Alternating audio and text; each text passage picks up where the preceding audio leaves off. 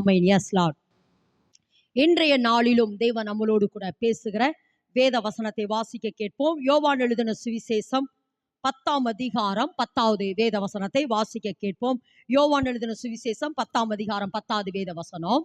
திருடன் திருடவும் கொல்லவும் அழிக்கவும் வருகிறானே அன்றி வேறொன்றுக்கும் வரான்.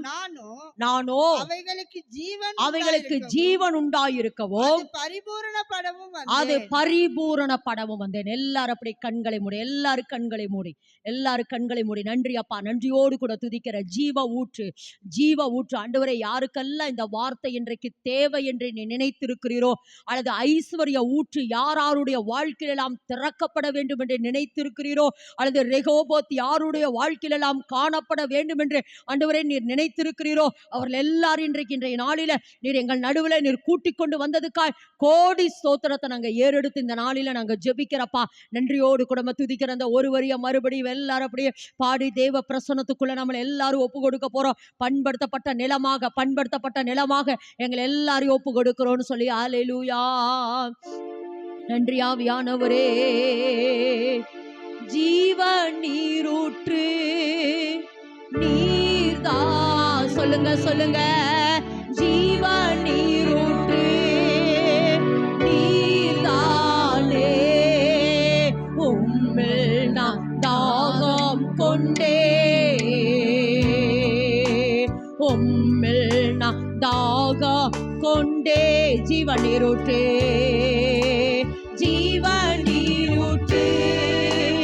நீர்தானே. ஜீவ நீரூற்று நீர்தானே. உம்மில் நான் தாகம் கொண்டே, உம்மில் நான் தாகம் கொண்டே. இயேசு அப்பா, நான் உம்மை பார்க்கிறேன். அன்பே, நான் உம்மை துதிக்கிறேன். இயேசு அப்பா, நான் உம்மை பார்க்கிறேன். ஆவியானவர்கள் நடுவிலே நீர் நிலை கொண்டிருக்கிறதுக்காய் நன்றி அப்பா. ஆவியானவர்கள் நடுவில் நீர் நிலை கொண்டிருக்கிறதுக்காய் நன்றி அப்பா. ஆண்டவரே, இன்றைய நாளில நீர் பேசுகிற வார்த்தை ஆண்டவரே எங்களுடைய ஆவி, ஆத்மா, சரீரம் எல்லாவற்றையும் சுகமாக்க வேண்டும் என்று சொல்லி நாங்கள் ஜெபிக்கிறப்பா. நித்திய ஜீவனை அளிப்பேன் என்கிற அந்த வாக்குத்தத்தத்தின்படி இன்றைய நாளில எங்களுக்குள் தேவையான அந்த ஜீவனை, எங்களுக்கு தேவையான அந்த ஜீவ ஊற்றா எங்களுக்குள் இன்றைய நாளிலிருந்து நீர் பெடுக்கெடுக்கிறதுக்காய் நன்றியோடு கூட துதிக்கிறப்பா.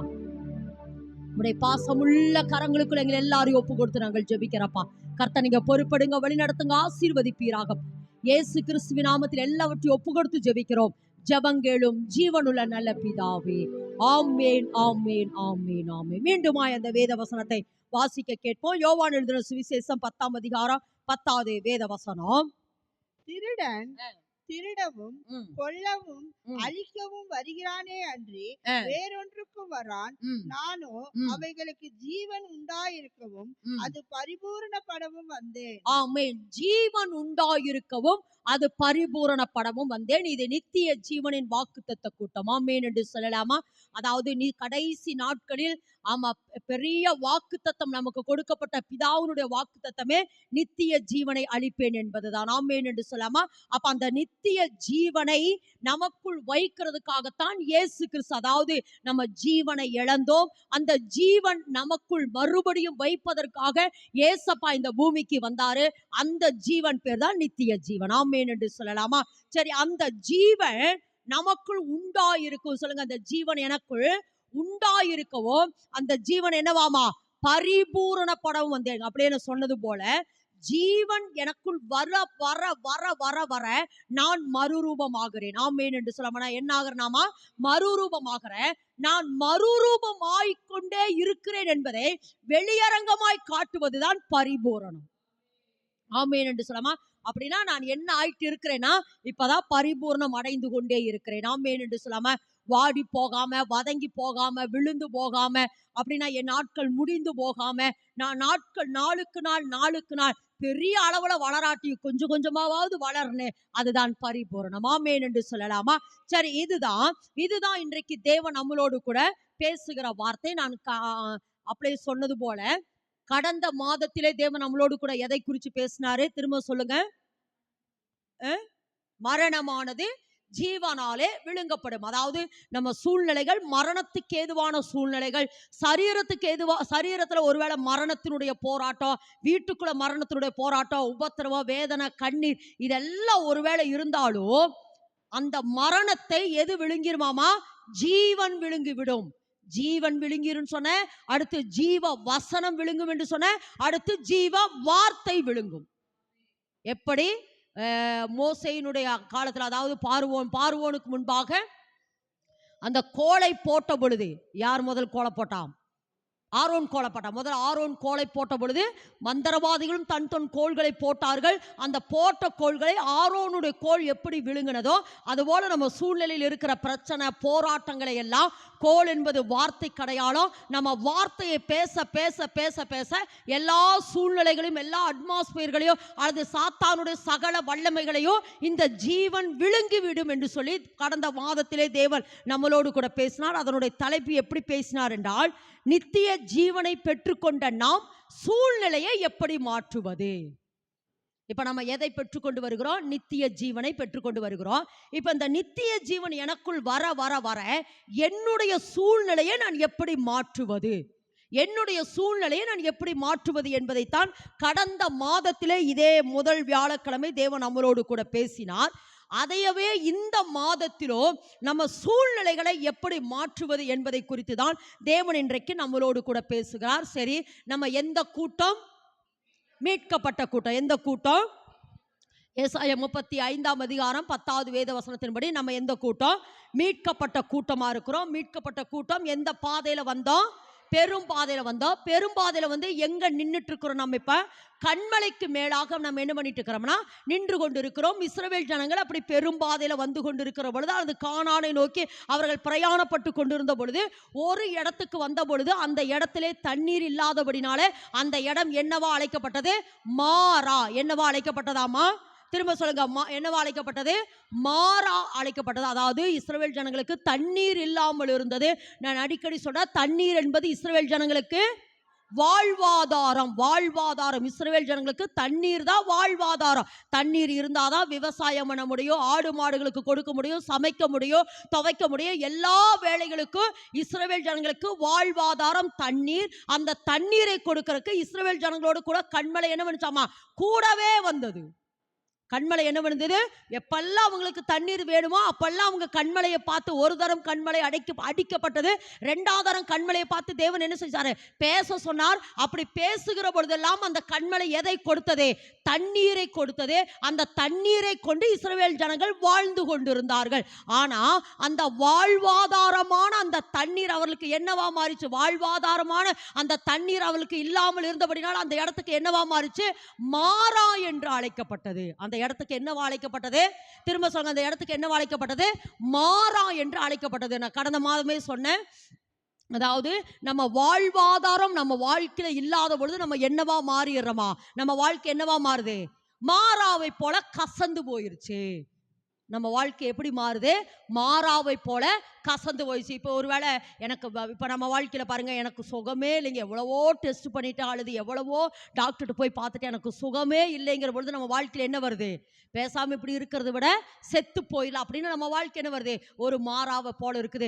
எவ்வளோதான் சம்பாதிச்சாலும் கடனு கடனு கடனுனே இருக்கிற அப்படிங்கிற பொழுது, அப்பா நம்ம வாழ்வாதாரமாகிய ஐஸ்வர்யம் நம்ம வாழ்க்கையில் இல்லாத பொழுது என்னவா மாறுது? மாறாவை போல. அப்போ எது நம்ம வாழ்க்கையில இல்லையோ, வாழ்வாதாரம், இஸ்ரவேல் ஜனங்களுக்கு தண்ணீர் என்பது வாழ்வாதாரம். அந்த வாழ்வாதாரம் இல்லாத பொழுது அந்த அவருடைய வாழ்க்கையில கசப்பு மாறாவை சந்தித்தார்கள். அதுபோல நம்ம வாழ்க்கையில வாழ்வாதாரம் இல்லாத பொழுது என்னவா மாறுதாமா? நம்ம வாழ்க்கை மாறாவை போல கசந்து போயிடுறோம். நம்ம வாழ்க்கையில கசந்து போயிடுறோம். அப்போ அப்படியே சொல்றது போல இஸ்ரவேல் ஜனங்களுக்கு தண்ணீர் வாழ்வாதாரம். இஸ்ரவேல் ஜனங்களுக்கு என்ன வாழ்வாதாரம்? தண்ணீர் வாழ்வாதாரம்.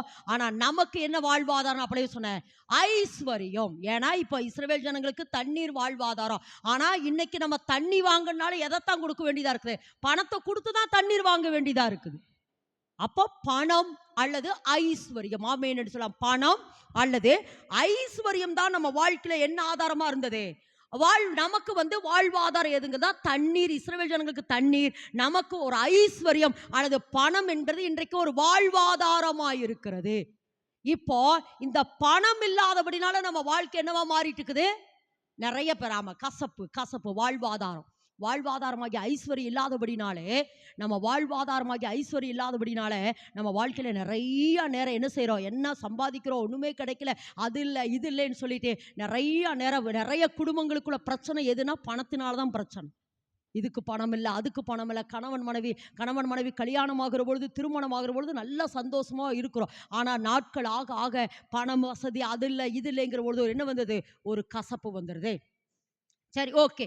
இப்ப இஸ்ரவேல் ஜனங்களுக்கு மாறா அந்த இடத்திற்கு வந்த பொழுது அது தண்ணீர் இல்லாதபடினால மாறாவாய் அவளுடைய வாழ்க்கை மாறுச்சு. அப்ப மோசே என்ன செய்தாராமா? மோசே என்ன செய்தாரு? ஒரு மரத்தை வெட்டி அந்த இடத்தில் போட்ட பொழுது, இதைத்தான் கடந்த வாரங்களே தேவன் நம்மளோடு கூட பேசினார். மரம் என்பது எது அடையாளம்? சிலுவைக்கு அடையாளம். அதாவது திரும்ப சொல்ற, இஸ்ரவேல் ஜனங்கள் மாறாவுக்கு வந்த பொழுது அங்க தண்ணீர் இல்லாமல் இருந்தது. மோசேக்கு கர்த்தர் ஒரு மரத்தை காண்பித்தார். அந்த மரத்தை வெட்டி அந்த இடத்துல போட்ட பொழுது அந்த மாறாவின் தண்ணீர் என்னவா மாறிச்சு? மதுரமாய் மாறினது. அந்த மரத்தை வெட்டி போட்ட உடனே மாறாவின் தண்ணீர் என்னவா மாறிச்சாமா? மதுரமாய் மாறிட்டு.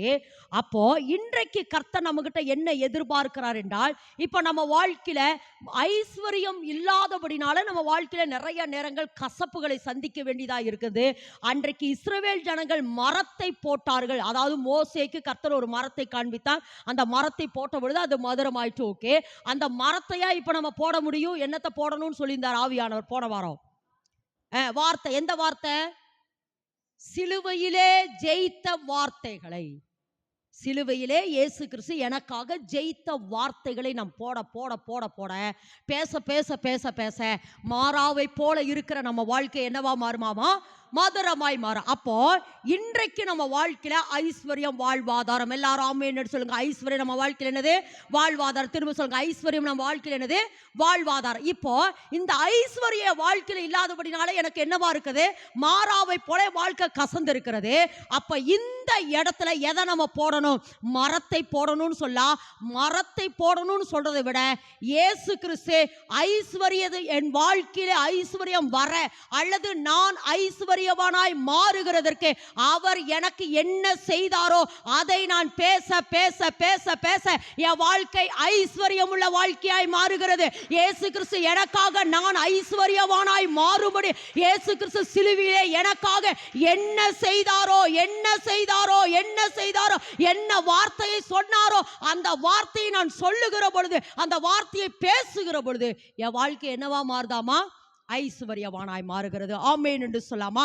சரி, இன்றைய நாளில திரும்ப சொல்றேன், ஐஸ்வர்யம் என் வாழ்க்கையில வாழ்வாதாரம், சுகம் ஒரு வாழ்வாதாரம். இதெல்லாம் ஒன்னொன்னா நம்ம போவோம். ஆனா இந்த வாரத்துல ஐஸ்வர்யத்தை நான் சுதந்திரித்துக் கொள்ள அல்லது ஐஸ்வர்ய வாழ்க்கையில வருகிறதுக்கு நான் என்ன செய்யணும் அப்படிங்கிற குறித்து தான் இன்றைக்கு தேவன் நம்மளோடு கூட பேசுகிறார். அதற்காக இயேசு கிறிஸ்து என்ன கிரயம் செய்தார் என்பதை குறித்து தியானிக்க போற. வாசிப்போம். 2 கொரிந்தியரின் புத்தகம் 8ஆம் அதிகாரம் 9வது வேத வசனத்தை வாசிமா. 2 கொரிந்தியர் 8:9. நம்முடைய கர்த்தராகிய இயேசு கிறிஸ்துவின் கிருபையை அறிந்திருக்கிறீர்களே, அவர் ஐஸ்வர்யம் உள்ளவராய் இருந்தும் நீங்கள் அவருடைய தரித்திரத்தினாலே ஐஸ்வர்யவான்கள் ஆகும்படிக்கு உங்கள் நிமித்தம் தரித்திரரானாரே. உங்கள் நிமித்தம் தரித்திரரானே. இந்த இடத்துல வாசிக்கிறோம், நல்லா கவனிக்கணும். நீங்க கவனிக்கிறது மாத்திரமல்ல, இந்த வார்த்தையை அப்படியே நீங்க ரிசீவ் பண்ணிட்டே இருக்கணும். ஆமென் என்று சொல்லாமா. ஏன்னா திரும்பவும் நான் சொல்லுகிறேன், நம்ம வாழ்க்கையை தேவன் நெக்ஸ்ட் லெவலுக்குள் கொண்டு போக விரும்புகிறார். ஆமென் என்று சொல்லாமா.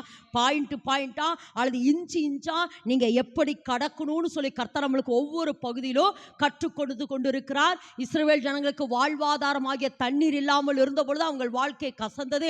நம்ம வாழ்க்கையில ஐஸ்வர்யம் ஒரு ஆசீர்வாதம், அந்த ஆசீர்வாதம் இல்லாத பொழுது நம்ம வாழ்க்கையில கசந்து போகிறது. ஆனா கசப்பான வாழ்க்கையில வாழ தேவன் விரும்பவில்லை. எல்லாரும் ஆமென் என்று சொல்லாம. கசப்பான வாழ்க்கையில வாழ தேவன் என்ன செய்யல, விரும்பல. இப்ப இந்த ஐஸ்வர்யம் என் வாழ்க்கையில வருகிறதுக்கு நான் என்ன செய்யணும் அப்படின்னு சொன்னா திரும்ப சொல்றேன். இஸ்ரவேல் ஜனங்களுக்கு தேவன் ஒரு மரத்தை காண்பித்தார். மோசேக்கு ஒரு மரத்தை காண்பித்தார். அந்த மரத்தை போட்ட பொழுது மாறா மதுரமானது. மரத்தை போடணும்ட்டு இல்ல, மரமாகிய சிலுவையிலே இயேசு ஜெயித்ததை நாம் பேசுகிற பொழுது நம்ம வாழ்க்கையில் இருக்கிற மாறாக்கள் மதுரமாகும். ஆமென் என்று சொல்லாமா. சரி, இந்த இடத்துல வாசிக்கிற பொழுது நம்முடைய கர்த்தராகிய இயேசு கிறிஸ்துவின் கிருபையை அறிந்திருக்கிறீர்களே. நல்ல விளங்கமா. கிருபை என்றாலே சிலுவை. கிருபை என்றாலே என்ன அர்த்தம்? நல்லா சொல்லுங்க. கிருபை என்றாலே என்ன அர்த்தம்? கிருபையினாலே ரட்சிக்கப்பட்டீர்களே. தீத்துவின் புத்தகம் நிறைய வசனம் இருக்குது, வாசிக்க நேரம்ல. அப்போஸ்தலர் 15:11 இருக்குது, ரோமர் 3:24 இருக்குது, தீத்து 3:6 வாசிமா. தீத்து 3:6, தீத்து 3:6 வாசிமா. தமது கிருபையினாலே நாம் நீதிமான்களாக்கப்பட்டு. சொல்லுங்க. நமது கிருபை அப்படினாவே என்ன அர்த்தம்? சிலுவை. சொல்லுங்க. கிருபைனாவே என்ன அர்த்தம்? கிருபையினாலே ரட்சிக்கப்பட்டீர்கள் என்றால் சிலுவையினாலே ரட்சிக்கப்பட்டீர்களே. அப்ப கிருபைன்னு என்ன அர்த்தம்? கிருபை. ஆமா, கிருபைன்னு அர்த்தம் சிலுவை. இப்ப வாசிப்பா. தமது கிருபையினாலே நாம் நீதிமான்களாக்கப்பட்டு நித்திய ஜீவன் உண்டாகும் என்கிற நம்பிக்கையின்படி சுதந்திரராகத்தக்கதாக அவர் நமது இரட்சகர் ஆனார். போதும். இந்த இடத்துல வாசிக்கிறோம். அப்போ இந்த இடத்துல வாசிக்கிறோம், நம்முடைய கர்த்தராகிய இயேசு கிறிஸ்துவின் கிருபையை அறிந்திருக்கிறீர்களே. என்னவாமா? கிருபை. சிலுவையை குறித்து நீங்க அறிஞ்சிருக்கீங்களே அப்படின்னு சொல்றார் பவுலே. நம்முடைய கர்த்தராகிய இயேசு கிறிஸ்துவின் கிருபையை அறிந்திருக்கிறீர்களே சொல்றார் பாருங்க. அவர் ஐஸ்வர்யம் உள்ளவராயிருந்து. சொல்லுங்க. அவர் எப்படிப்பட்டவராய் இருந்தாராமா? பக்கத்துல கருத்தை பிடிச்சு சொல்லுங்க. ஏசப்பா ஐஸ்வர்யம் உள்ளவராயிருந்தாரே. ஏசப்பா எப்படி இருந்தாராமா? ஐஸ்வர்யம் உள்ளவராயிருந்தாரே. ஏசப்பா எப்படி இருந்தாரா? ஐஸ்வர்யம் உள்ளவராயிருந்தாரே. அவர் ஐஸ்வர்யம் உள்ளவராயிருந்தோ நீங்கள் அவருடைய தரித்திரத்தினாலே ஐஸ்வர்யவான்கள் ஆகும்படி உங்கள் நிமித்தம் அவர் தரித்திரரானாரே. அப்படின்னா இப்படி சொல்லாமே, அவர் நீதிமானா இருந்தாரு, ஆனா நான் எப்படி இருந்தேன்? பாவியா இருந்தேன். அவர் நீதிமானா இருந்தாரு, நான் பாவியா இருந்தேன். அப்போ இப்ப அவருடைய அல்லது என்னுடைய பாவத்தை அவர் சிலுவையில ஏற்றுக்கொண்டு அவருடைய நீதியை எனக்கு தந்தார். எல்லாரும் ஆமென் என்று சொல்லுங்க. அவருடைய நீதியை எனக்கு தந்தார். அப்ப இதே போலதான் நான் தரித்திரரா இருந்தேன். நான் எப்படி இருந்தேன்? தரித்திரரா இருந்தேன். அவர் எப்படி இருந்தாரு? ஐஸ்வர்யம் உள்ளவரா இருந்தாரு. அவர் எனக்காக சிலுவையிலே மரித்தபடினாலே என்னுடைய தரித்திரத்தை அவர் சிலுவை உரிந்து கொண்டார். கடந்த வாரம் இதை குறித்து சொன்னேன். இஸ்ரவேல் ஜனங்கள் எல்லாம் வனாந்தரத்தில் செத்து கொண்டிருக்கிறாங்க. எது? சர்ப்பம் கடித்ததினாலே எல்லாரும் செத்து கொண்டிருக்கிறாங்க. உடனே கர்த்தர் மோசே சொல்றாரு, ஒரு சர்ப்பத்தை, வெண்கல சர்ப்பத்தை செஞ்சு நீ என்ன செய்ய, மேலே தூக்கி வெய்ய அப்படிங்கிற பொழுது, அதை அப்படி தூக்கி வைக்கிற பொழுது எவன் சர்ப்பம் கடிக்கப்பட்டவனாய் செத்து கொண்டிருக்கிறானோ அவன் இந்த வெண்கல சர்ப்பத்தை நோக்கி பார்க்கிற பொழுது அவன் பிழைப்பான். ஏன் தெரியுமா? சர்ப்பம் கடிச்ச உடனே அந்த சர்ப்பம் கடிச்ச உடனே அவன் அந்த சிலுவை அல்லது அந்த சிலுவை அதாவது வெண்கல சர்ப்பத்தை நோக்கி பார்க்கிற பொழுது உடனே இந்த கடிக்கப்பட்ட அந்த மனுஷனுக்குள் இருக்கிற அந்த விஷத்தை இந்த சர்ப்பம் உறிந்து கொள்ளும். அதே போலதான் இயேசு கிறிஸ்து எனக்காக தரித்திரரானபடியினாலே, இயேசு கிறிஸ்து எனக்காக தரித்திரரானபடினாலே என்னுடைய தரித்திரத்தை, சொல்லுங்க, என்னுடைய தரித்திரத்தை இயேசு கிறிஸ்து உரிந்து கொண்டார். உரிந்து கொண்டார். உரிந்து கொண்டார். உரிந்து கொண்டார். உரிந்து கொண்டார். என்னுடைய தரித்திரத்தை ஏசப்பா என்ன பண்ணிட்டாராம்? உரிந்து கொண்டார். என்னுடைய தரித்திரத்தை இயேசு கிறிஸ்து என்ன செஞ்சாராம்? உரிந்து கொண்டார். இப்படி சொல்லாமே, ஒரு நாள் அதாவது ஒரு வாலிப மகன் வந்து குற்றவாளி கூண்டுல நிற்கிறான். அவனுக்கு தண்டனை கொடுக்கிற நீதிபதி யாரு அப்படின்னு சொன்னா அவங்க அப்பா. ஒரு நீதிபதியினுடைய மகன் குற்றவாளியாய் ஒரு கூண்டுக்குள்ள நின்று கொண்டு இருக்கிறான். அப்புறம் எவ்வளவோ முறை அந்த தகப்பனும் தன் பிள்ளைக்கு சொல்லிக்கிறார், திருந்தி இருப்பார்னு. திருந்தவே இல்லை. கடைசியில் என்ன ஆயிடுச்சுன்னா, குற்றவாளி கூண்டுக்கு வந்தாச்சு. அந்த தகப்பனாகிய நீதிபதி என்ன செய்யறாருன்னா தண்டனை கொடுத்துட்டாரு. அப்பா, உனக்கு வந்து நாளைக்கு காலையில 5 மணிக்கு தூக்கு தண்டனை அப்படின்னு சொல்லி தண்டனை கொடுத்துட்டார். தண்டனை கொடுத்துட்டு இவர் வீட்டுக்கு போய் இவரால் தூங்க முடியல. என்ன செய்தார் தெரியுமா? 4 மணிக்கு வந்தார் எழும்பி. அந்த சிறைச்சாலையில் அவன் அடைக்கப்பட்ட அந்த கூண்டுக்கு, அந்த அடைக்கப்பட்டிருந்த, ஏன்னா 5 மணிக்கு அவனுக்கு தூக்கு தண்டனை, 4 மணிக்கு அவனை பார்க்க வராரு. பார்க்க வந்துட்டு என்ன தெரியுமா செஞ்சாரு? அந்த தன்னுடைய மகன் பேரில் இருந்த தண்டனையின் வஸ்திரம் இருக்கு பாருங்க, அந்த வஸ்திரத்தை தூக்கி தகப்பன் போட்டு கொண்டுட்டு, அந்த தகப்பன் போட்டு கொண்டிருந்த அந்த வஸ்திரத்தை அந்த மகனுக்கு கொடுத்து, நீ வீட்டுக்கு போகா, உனக்கு பதிலாய் நான் என்ன ஆக போறேன், இந்த மரண தண்டனை ஏற்றுக்கொள்றேன் என்று சொன்னார். அதே போலதாமா இயேசு கிறிஸ்து எனக்காக சிலுவையில என்னானாரா? தரித்திரரானபடினாலே அவர் போட்டிருந்த அந்த மகிமையின் வஸ்திரம், அவர் போட்டிருந்த அந்த ஐஸ்வர்ய வஸ்திரத்தை தேவன் எனக்கு தந்தாருமா. அதனால இனி நான் தரித்திரத்துல இருக்க மாட்டேன். என் மேல மகிமையின் வஸ்திரம். என் மேல எந்த வஸ்திரம்? மகிமையின். ஏன்னா நான் முதல்ல மகிமையின் வஸ்திரத்துல தான் இருந்தேன். எந்த வஸ்திரத்துல இருந்த? என் மேல ஒரு மகிமின் வஸ்திரம் தான் இருந்தது. ஆனா எப்போ சாத்தானுக்கு நான் கீழ்ப்படிஞ்சனோ அப்பவே என்னுடைய மகிமின் வஸ்திரத்தை சாத்தான் என்ன செஞ்சா? உரிந்து கொண்டு என்னை என்ன ஆக்கிட்டா? நிர்வாணி ஆக்கிட்டா. என்ன ஆக்கிட்டா? என்னைய நிர்வாணி ஆக்கிட்டா. ஆனா நான் இழந்து போன அந்த மகிமையின் வஸ்திரம், ஐஸ்வர்ய வஸ்திரம், சுகத்தின் வஸ்திரம், ஆரோக்கியத்தின் வஸ்திரத்தை கொடுக்கும்படியாக இயேசு சிலுவிலே எனக்காக மரித்தார், ரத்தம் சிந்தினார், எனக்காக எல்லாவற்றையும் சிலுவிலே சுமந்தார். ஆமேன் என்று சொல்லலாமா? ஆமேன் என்று சொல்லலாமா? அப்ப இந்த இடத்துல வாசிக்கிற அந்த கடைசி வசனத்தை, கடைசி வார்த்தையை 2 கொரிந்தியர் 8ஆம் அதிகாரம் 9வது வேத வசனத்தை எல்லாரும் சேர்ந்து வாசிக்கலாமா? நான் சொல்லுங்க, நான் ஐஸ்வர்யவானாகும்படிக்கு என் நிமித்தம் அவர் தரித்திரரானார். எல்லாரும் அந்த வார்த்தை சொல்லுங்க. நான் ஐஸ்வர்யவானாய் மாறும்படி சொல்லுங்க. நான் ஐஸ்வர்யவானாய். எல்லாரும் அந்த வார்த்தை திரும்ப சொல்லுங்க. நான் ஐஸ்வர்யவானாய் மாறும்படி என் நிமித்தம் அவர் என்ன ஆனாரா? தரித்திரரானார். நீங்க சொல்லுங்க பார்க்கல. இப்போ நல்ல அது மனப்பாடமா வந்துடும். வானாய் மாறும்படி நீங்க என்ன, அவர் என்ன ஆனாரா? நீங்க என்ன ஆகிறதுக்காக? ஐஸ்வர்யா. அந்த வார்த்தை சொல்லிட்டே இருங்க. இந்த வார்த்தை, ஏன்னா அதைத்தான் திரும்ப சொல்லிட்டே இருக்கிறேன். உங்க மைண்டுக்குள்ள அந்த வார்த்தை போகணும். நான் ஐஸ்வர்யவானாய் மாறும்படி அவர் என் நிமித்தம் என்ன ஆனாராமா? தரித்திரரானார். ஐஸ்வர்யவானாகிறது நல்லதா கெட்டதா? சொல்லுங்க Rajendran brother, sorry Radhakrishnan brother. ஐஸ்வர்யவானாகிறது நல்லதா கெட்டதா? நல்லது. ஆமீன். நான் ஐஸ்வர்யவானாக வேண்டும் என்பது தேவனுடைய சித்தம். ஆமேன் என்று சொல்லலாமா? ஏனெனில் சொல்லுங்க, பூமியின் வம்சங்கள் எல்லாம், பக்கத்தில் கருத்தை பிடிச்சு சொல்லுங்களேன், பூமியின் வம்சங்கள் எல்லாம் உங்களுக்குள் ஆசீர்வதிக்கப்பட, பூமியின் வம்சங்கள் எல்லாம் உங்களுக்குள் ஆசீர்வதிக்கப்பட, பூமியின் வம்சங்கள் எல்லாம் உங்களுக்குள் ஆசீர்வதிக்கப்பட, பூமியின் வம்சங்கள் எல்லாம் உங்களுக்குள் ஆசீர்வதிக்கப்பட. ஆமேன் என்று சொல்லலாமா? ஆமேன் என்று சொல்ல. பூமியின் வம்சங்கள் எல்லாம் எனக்குள் ஆசீர்வதிக்கப்பட. அதாவது நம்ம நிறைய நேரம் என்ன தெரியுமா சொல்லிட்டோம்? பண ஆசை எல்லா தீமைக்கும் வேறா இருக்கு. பண ஆசை அப்படின்ட்டு விட்டுட்டோம். பணமெல்லாம் தேவையில்லைங்க.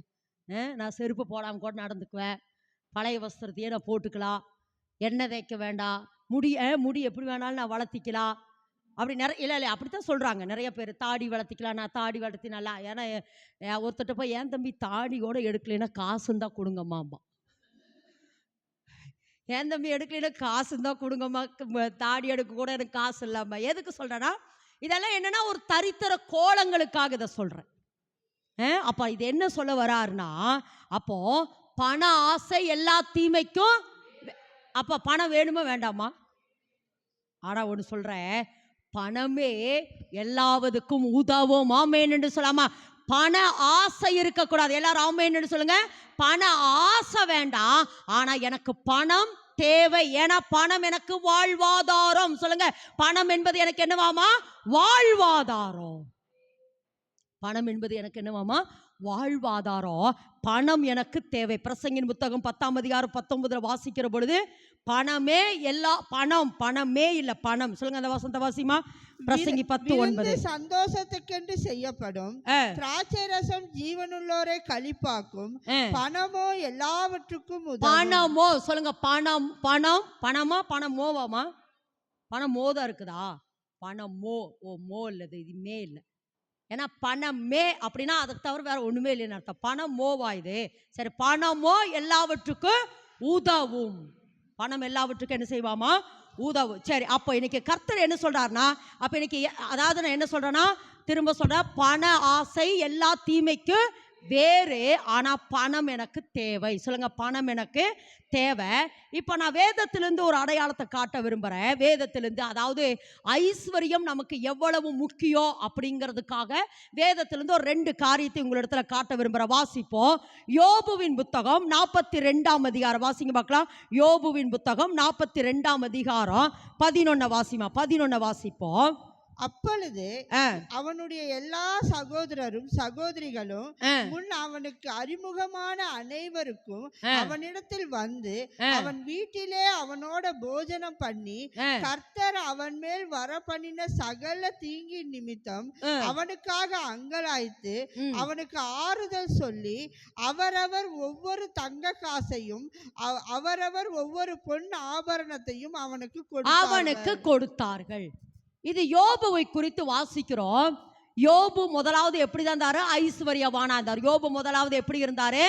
ஐஸ்வர்யவானா இருந்தாரு. 7000 ஆடுகள், 7000 ஒட்டகங்கள், அப்படி நிறைய ஆஸ்தி மிகுந்தவனாய், ஐஸ்வர்யம் மிகுந்தவனாய் இருந்த காலத்து. அதாவது இந்த யோபு எப்ப வாழ்ந்தார் என்றால், ஆபிரகாம், ஈசாக்கு, யாக்கோபு வாழ்ந்த நாட்களிலே வாழ்ந்து கொண்டிருந்த மனுஷன். இது கிழக்கத்தி புத்திரர்களில மிகுந்த ஞானம் உள்ளவனாகவும் யோபு இருந்தாரு. மிகுந்த பணக்காரம் உள்ளவனா, ஐஸ்வர்யம் உள்ளவராக இருந்தாரு. அப்படி இருந்து கொண்டிருந்த அந்த யோபுவினோட வாழ்க்கையில ஒரு பெரிய புயல் வந்துச்சு. எப்படி வந்துச்சாமா? ஒரு பெரிய புயல் வந்த உடனே ஒன்னொன்னா இழந்துட்டு வராரு. என்ன பண்றாரு? முதல்ல எதை இழக்கிறாரு? பிள்ளைகளை இழக்கிறாரு. அதுக்கப்புறம் பார்த்தீங்கன்னா சொத்து சுகத்தை எல்லாம் இழக்கிறாரு. அதுக்கப்புறம் சுகத்தை இழக்கிறார். முதல்ல பிள்ளைகளை இழக்கிறாரு, அதுக்கப்புறம் சொத்தை இழக்கிறாரு, அதுக்கப்புறம் என்ன செய்யறாரு? சுகத்தையே இழந்து ஒன்றுமே இல்லாதவராய் மாறிட்டார். அது இடத்துல சொல்வார், நிர்வாணியாய் வந்தேன், நான் நிர்வாணியாவே. ஆமா, அப்படியே ஒரு இடத்துல சொன்னாரு. கர்த்தர் கொடுத்தார், கர்த்தர் எடுத்தார், கர்த்தருடைய நாமத்துக்கு ஸ்தோத்திரம். அப்ப எல்லாவற்றையும் இந்த யோபு இழந்து கிட்டத்தட்ட எத்தனை அதிகாரங்கள்? 41 அதிகாரங்கள் வரைக்கும் அவ வாழ்க்கையில பிரச்சனை பிரச்சனை பிரச்சனை, போராட்டம் போராட்டம் போராட்டம், எல்லாவற்றையும் இழந்தார். எல்லாவற்றையும் அவர் என்ன செஞ்சாரா? இழந்தாரு. அதாவது 41ஆம் அதிகாரம் வரைக்கும் அவ்வளவு பாடுகளை சகித்த அந்த யோபுவினுடைய வாழ்க்கையில 42ல யோபு சொல்ற பாருங்க, 42:2 தேவரீ சகலத்தையும் செய்ய வல்லவர், செய்ய நினைத்தது ஒன்றும் தடைபடாது. யோபுவினுடைய உபத்திரவ காலம் எத்தனை? 6 மாசம். எத்தனை நாட்கள்? பக்கத்துல கருத்தை பிடிச்சுங்க. உங்க உபத்திரவம் நீடிக்கிறதோ நீடிக்காம இருக்கிறதோ உங்க கையில தான் இருக்குது. உங்க கையில தான் இருக்கிறது. ஸ்தோத்திரம் பண்ணுனா சீக்கிரம் முடிஞ்சிடும். சொல்லுங்க, ஸ்தோத்திரம் பண்ணினீங்கன்னா சீக்கிரம் முடிஞ்சிடும். முறுமுறுத்தீங்கன்னா கடந்த வாரம் சொன்னது போல பெரிய வனாந்தரத்தில் திரும்ப திரும்ப நடத்தப்படுவார். திரும்ப திரும்ப, ஆமா, விசுவாசியாதவர்களை அழித்தாருங்கிற வார்த்தையின்படி திரும்ப திரும்ப நடத்துவார். அப்போ என் மீட்பர் உயிரோடு இருக்கிறார். கர்த்தர் கொடுத்தார், கர்த்தர் எடுத்தார், கர்த்தருடைய நாமத்துக்கு ஸ்தோத்திரம். யோபு துதிக்கிறார் துதிக்கிறார் துதிக்கிறார். இந்த இடத்துல சொல்றாரு பாருங்க, தேவரீ சகலத்தையும் செய்ய வல்லவர், நீங்க செய்ய நினைத்தது ஒன்றும் தடைபடாது. அவருக்குள்ள ஒரு விசுவாசம் எப்படி இருந்தாலும் நீங்க என்ன ஆசீர்வதிப்பீங்க ஆண்டவரே. ஏன்னா நான் நீதிமான், ஏன்னா நான் உத்தமன், எனக்கு தெரியும், எனக்கு நல்லா தெரியும் நான் யாருக்கிட்டையும் தவறு செய்யல, யாருக்கு தவறு செய்யல. என்னுடைய நினைவுகளை கூட ஒரு இடத்துல சொல்லுவார், எந்த பெண்ணை கூட நான் என்ன செய்யல, தவறா நான் பார்க்கல, என் சாப்பா அதெல்லாம் நிறைய சொல்லுவார். இதை எதுக்கு சொல்றேன், எனக்கு தெரியும், என்னை குறித்த ஒரு நம்பிக்கை எனக்கு இருக்கிறது. நான் உத்தமனா இருக்கிறபடினால தேவரீர் சகலத்தையும் செய்ய வல்லவர். நீங்க செய்ய நினைத்தது ஒன்று தடைபடாது, தடைபடாது, தடைபடாது. நிச்சயம் என்னை ஆசீர்வதிப்பு, நிச்சயம் என்னை ஆசீர்வதிப்பு. ஆமென் என்று சொல்லலாமா? நிச்சயம் என்ன ஆசீர்வதிப்பீர், நிச்சயம் என்ன ஆசீர்வதிப்பீர். கடந்த நாட்களில் மக ஒரு ரீல்ஸ் வச்சுருந்தாப்புல, ஸ்டேட்டஸில் வச்சுருந்தாப்புல, நான் பார்த்து அது எனக்கு ரொம்ப பிடிச்சிச்சு. ஒரு அருமையான ஒரு ஊழியக்காரர் அதை பேசியிருந்தார். உங்கள் வாழ்க்கையில் நிறைய பிரச்சனை வருதா, நிறைய போராட்டம் வருதா, ஒரு பிரச்சனை முடிஞ்சோன்னு இன்னொரு பிரச்சனை வருதா, இந்த பிரச்சனை முடிஞ்சோன்னு இன்னொரு பிரச்சனை வருதா, கவலையே படாதீங்க. நீங்க போகிற பாதை சரியான பாதை தான். ஏன்னா இந்த உலகம் போராட்டம் உள்ள உலகம் தான். ஜெயிச்சு ஜெயிச்சு ஜெயிச்சு ஜெயிச்சு போவோம் போவோம் போவோம் போவோம். தேவரே சகலத்தையும் செய்ய வல்லவர். நீங்க செய்ய நினைத்தது தடைபடாது. ஆமென் என்று சொல்லமா? நீங்க செய்ய நினைத்தது தடைபடாது, நீங்க செய்ய நினைத்தது தடைபடாது. யோபுவுக்கு இருக்கிறதையெல்லாம், அதாவது பிள்ளைகளை எடுத்த பொழுது அல்லது சொத்தை எடுத்த பொழுது, சுகத்தை எடுத்த பொழுதெல்லாம் யோபு கூட ஒன்றும் புரிஞ்சிருக்காது, யோபு கூட ஒன்று புரிஞ்சிருக்காது. ஏசப்பா சாத்தானை பார்த்து சொல்லியிருப்பார், எடுத்துக்க சாத்தானே, எடுத்துக்கோ, என்ன வேணுமனு எடுத்துக்கோ, என்ன வேணுமனு எடுத்துக்கோ. ஆடு மாடை எடுத்துக்கிறையா, எடுத்துக்கோ. சொத்து எடுக்கணுமா, எடுத்துக்கோ. பிள்ளைகளை எடுக்கணுமா, எடுத்துக்கோ. சுகத்தை எடுக்கணுமா, எடுத்துக்கோ. ஆனால் ஒன்று மட்டும் சொல்கிற சாத்தானே, நீ எதையெல்லாம் எடுக்கிறையோ அதெல்லாம் யோபுக்கு 2 மடங்கு நான் திரும்பி தருவேன். நல்லா நல்லா நல்லா நல்லா கறந்துட்டுங்க. 2 மடங்கு 2 மடங்கு 2. எதையெல்லாம் நீ எடுக்கிறையோ அதை 2 மடங்கு திரும்ப தருவேன், திரும்ப தருவமா. என் அனுபவத்தில் சொல்கிறேன். பக்கத்தில் கரத்தை பிடிங்களே, பக்கத்தில் கரத்தை பிடிச்சி சொல்லுங்க, பக்கத்தில் கரத்தை பிடிச்சி சொல்லுங்களேன். நீங்கள் இந்த படுகிற இந்த உபத்திரவத்தில், இந்த உபத்திரவ காலம் முடிஞ்ச உடனே சம்பளம் மட்டும் இல்லை மகனே மகளே, உனக்கு போனஸ் வரும், போனஸும் வரும், சேர்த்து வரும். போனஸையும் கர்த்தர் உனக்கு தருவார். இந்த உபத்திரவ நாட்கள், ஒருவேளை இந்த வேதனையான, இந்த உபத்திரவமான நாட்கள், இந்த கொடூரமான நாட்கள் இல்லை மகளே, இந்த நாட்களுக்கு பின்பு நிச்சயமாய் கர்த்தர் உன்னை கனப்படுத்துவா. பக்கத்தில் வந்துட்டோமா, எல்லாம் முடிவு வரப்போகுது, எல்லாவற்றுக்கும் முடிவு சமீபமாயிட்டு, எல்லாவற்றுக்கும் முடிவு சமீபமாயிட்டு. நம்ம பட்ட பாடு, துன்ப, கவலை எல்லாவற்றுக்கும் தேவன் எல்லாவற்றுக்கும் ஒரு முடிவை கொண்டு வந்துட்டாரு. ஆமென் என்று சொல்லலாமா? சீக்கிரம் மாறாவை போல உங்க வாழ்க்கையை கர்த்தர் என்ன செய்யறாரா, மதுரமாக்க போறாரு. மாறாவை போல இருக்கிற உங்க வாழ்க்கை என்ன செய்ய போறாரா, மதுரமாக்க போகிறார். அப்போ இப்படி இந்த யோபுவினுடைய உபத்திரவ நாட்கள் முடிந்த உடனே அவனுக்கு கொண்டு வந்து முதல்ல எதைத்தான் கொடுத்தாங்களாமா, பொன்னையும். வாசிமா அந்த வசந்த கீழ் வேத வசனம் ஆறுதல் சொல்லி, அவரவர் ஒவ்வொரு தங்க காசையும் அவரவர் ஒவ்வொரு பொன் ஆபரணத்தையும் அவனுக்கு கொடுத்தார்கள். இவங்களே எங்க போனாங்க இத்தனை நாள், இவங்களே இத்தனை நாள் எங்க போனாங்க? எதுக்கு சொல்றேனாமா, கர்த்தர் ஒரு நேரத்தை குறிச்சுட்டாருனா, பிந்தவும் பிந்தாது, முந்தவும் முந்தாது. ஒருவேளை இந்த உபத்திரவ நாள் நினைக்கிறியா, போராட்டத்தின் நேரம் என்று நினைக்கிறியா மகளே, நிச்சயம் இது கடந்து போகும், நிச்சயம் இது கடந்து போகும் மகளே, நிச்சயம் இது கடந்து போகும். அந்த உபத்திரவ நாட்கள் முடிந்த, நான் இதை ஏற்கனவே சொல்லியிருக்கிறேன், இஸ்ரவேல் ஜனங்கள் அடிமைப்பட்டு கிடந்த 430 வருஷம் முடிந்த அன்றைய தினம் இரவிலே கர்த்தருடைய சேனை, கர்த்தருடைய சேனை எல்லாம் சமீபமாயிடுச்சு மகளே. இந்த சத்தியத்தை நம்ம கேட்கிறோம் என்றால் எல்லாம் சமீபமாயிட்டு. இந்த இடத்துல வாசிக்கிறோம், யோபுவினுடைய உபத்திரவ நாட்கள் முடிந்த உடனே இந்த இடத்துல வாசிக்கிறோம், அவர்கள் எல்லாரும் பொன் காசை, தங்க காசையும் பொன் ஆபரணத்தை அவனுக்கு கொண்டு வந்து கொடுத்தார்கள். கர்த்தர் யோபுவின் முன்னிலைமையை பார்க்கிலும் அவன் பின்னிலைமையை ஆசீர்வதித்தார். 14,000 ஆடுகளும் 6,000 ஒட்டகங்களும் 1000 ஏர்களும் 1000 கழுதைகளும் அவனுக்கு உண்டாயின. டபுள் மடங்கு மகளே.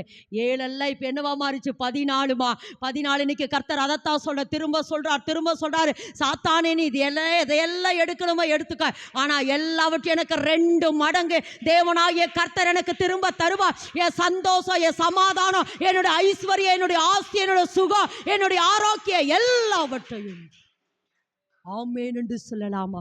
அப்ப இந்த இடத்துல வாசிக்கிறோம். அப்போ ஐஸ்வர்யம் தேவை என்பதற்காகத்தான் தேவன் யாருக்கு? யோபுவுக்கு ஐஸ்வர்யத்தை கொடுத்தார். தங்க காசை அடுத்து எதை கொடுத்தாங்களாமா? பொன் ஆபரணங்களையும் கொடுத்தார். இது யோபு ஒண்ணு. ரெண்டாவது இன்னொரு மனுஷன் யார் அப்படின்னா, வேதத்திலிருந்து வாசிப்போம். 1 ராஜாக்களின் புஸ்தகம் 3ஆம் அதிகாரம் 5வது வேத வசனத்தை வாசிக்க கேட்போம். 3:5. 1 ராஜாக்கள் 3:5. கிபியோனிலே கர்த்தர் சாலமோனுக்கு ராத்திரியில் சொப்பனத்திலே தரிசனமாகி, நீ விரும்புகிறதை என்னிடத்தில் கேள் என்று தேவன் சொன்னார். அதற்கு சாலமோன், என் தகப்பனாகிய தாவீது என்னும் உமது அடியான் உம்மை பற்றி உண்மையும் நீதியும் மன நேர்மையுமாய் உமக்கு முன்பாக நடந்தபடியே தேவரீர் அவருக்கு பெரிய கிருபை செய்து அந்த பெரிய கிருபையை அவருக்கு காத்து இந்நாளில் இருக்கிறபடியே அவருடைய சிங்காசனத்தில் வீற்றிருக்கிற ஒரு குமாரனை அவருக்கு தந்தீர். இந்த இடத்துல வாசிக்கிறோம். தாவீதுக்கு பின்பு கர்த்தர் சாலமோனை ராஜாவாக்குறார். தாவீதுக்கு பின்பு கர்த்தர் யாரு? சாலமோனை என்ன வாக்குறாரா? ராஜாவாக்குறாரு. அப்போ இந்த சாலமோனுக்கு பயங்கர பயம். நான் என்ன செய்வேன்? இந்த ஜனங்களெல்லாம் நான் எப்படி மேய்ப்பேன்? இந்த ஜனங்களெல்லாம் எப்படி மேய்ப்பேன் அப்படின்னு சொல்லி ரொம்ப அவன் பயந்து கொண்டு இருக்கிற அந்த இரவுல தேவன் சாலமோன்ட்டு வந்து கேட்கிறார், சாலமோனே உனக்கு என்ன வேணும்? நீ விரும்புகிறத நீ என்ன செய்ய? நீ கேளு அப்படின்னு சொல்லி தேவன் சாலமோன்ட்ட கேட்கிறாரு. அப்படி சாலமோன் சொல்றாரு, என் தகப்பன் வந்து உமக்கு முன்பாக உண்மையும் உத்தமமா நடந்தாரு. நான் அடுத்த வேதவசனம் பாருங்க, நான் எப்படி இருக்கிறப்போ சிறு பிள்ளையா இருக்கிற. 7வது வேதவசனத்தை பாருங்க, நான் எப்படி இருக்கிற? சிறு பிள்ளையா இருக்கிற அப்படின்னு சொல்லிட்டு அடுத்து பாருங்க, நீ தெரிந்து கொண்ட இந்த எண்ணிக்கைக்கு ஏராளத்தினால் எண்ணிக்கைக்கு அடங்காததும் லக்கத்திற்கு உட்பட்டதுமான திரளான ஜனங்களாகிய உமது ஜனத்தின் நடுவில் அடியேன் இருக்கிறேன். அடுத்த வேதவசனம் வகையா, ஆகையால் உமது ஜனங்களை நியாயம் விசாரிக்கவும் நன்மை தீமை என்னதென்று வகையறுக்கவும் அடியேனுக்கு ஞானமுள்ள இருதயத்தை. இவன் எதை கேட்கிறான்? ஞானத்தை கேட்கிறான். நல்ல விளங்கி, இவன் எதை? சாலமோன் எதை கேட்கிறாரு? ஞானத்தை கேட்கிறாரு. சாலமோன் ஞானத்தை கேட்கிறாரு. என் தகப்பன் இப்படி இருந்தாரு, இப்ப தகப்பனுக்கு அப்புறம் என்ன நீங்க என்ன செய்யறீங்க? ராஜாவாக்குறீங்க. இந்த ஏராளமான ஜனங்கள் இருக்கிறாங்களே, இந்த ஜனங்களே நியாயம் தீர்க்கால் இந்த ஜனங்களை நடத்துறதுக்கு என்ன? எனக்கு என்ன இல்லை? ஞானம் இல்லை ஆண்டவரே. இன்னைக்கு விரும்புறத கேளு சாலமோனு கேட்டோம்னா இவர் எதைத்தான் கேட்டாரு? ஞானத்தை கேட்டார். சாலமோன் எதை கேட்டாரு? ஞானத்தை கேட்டாரு.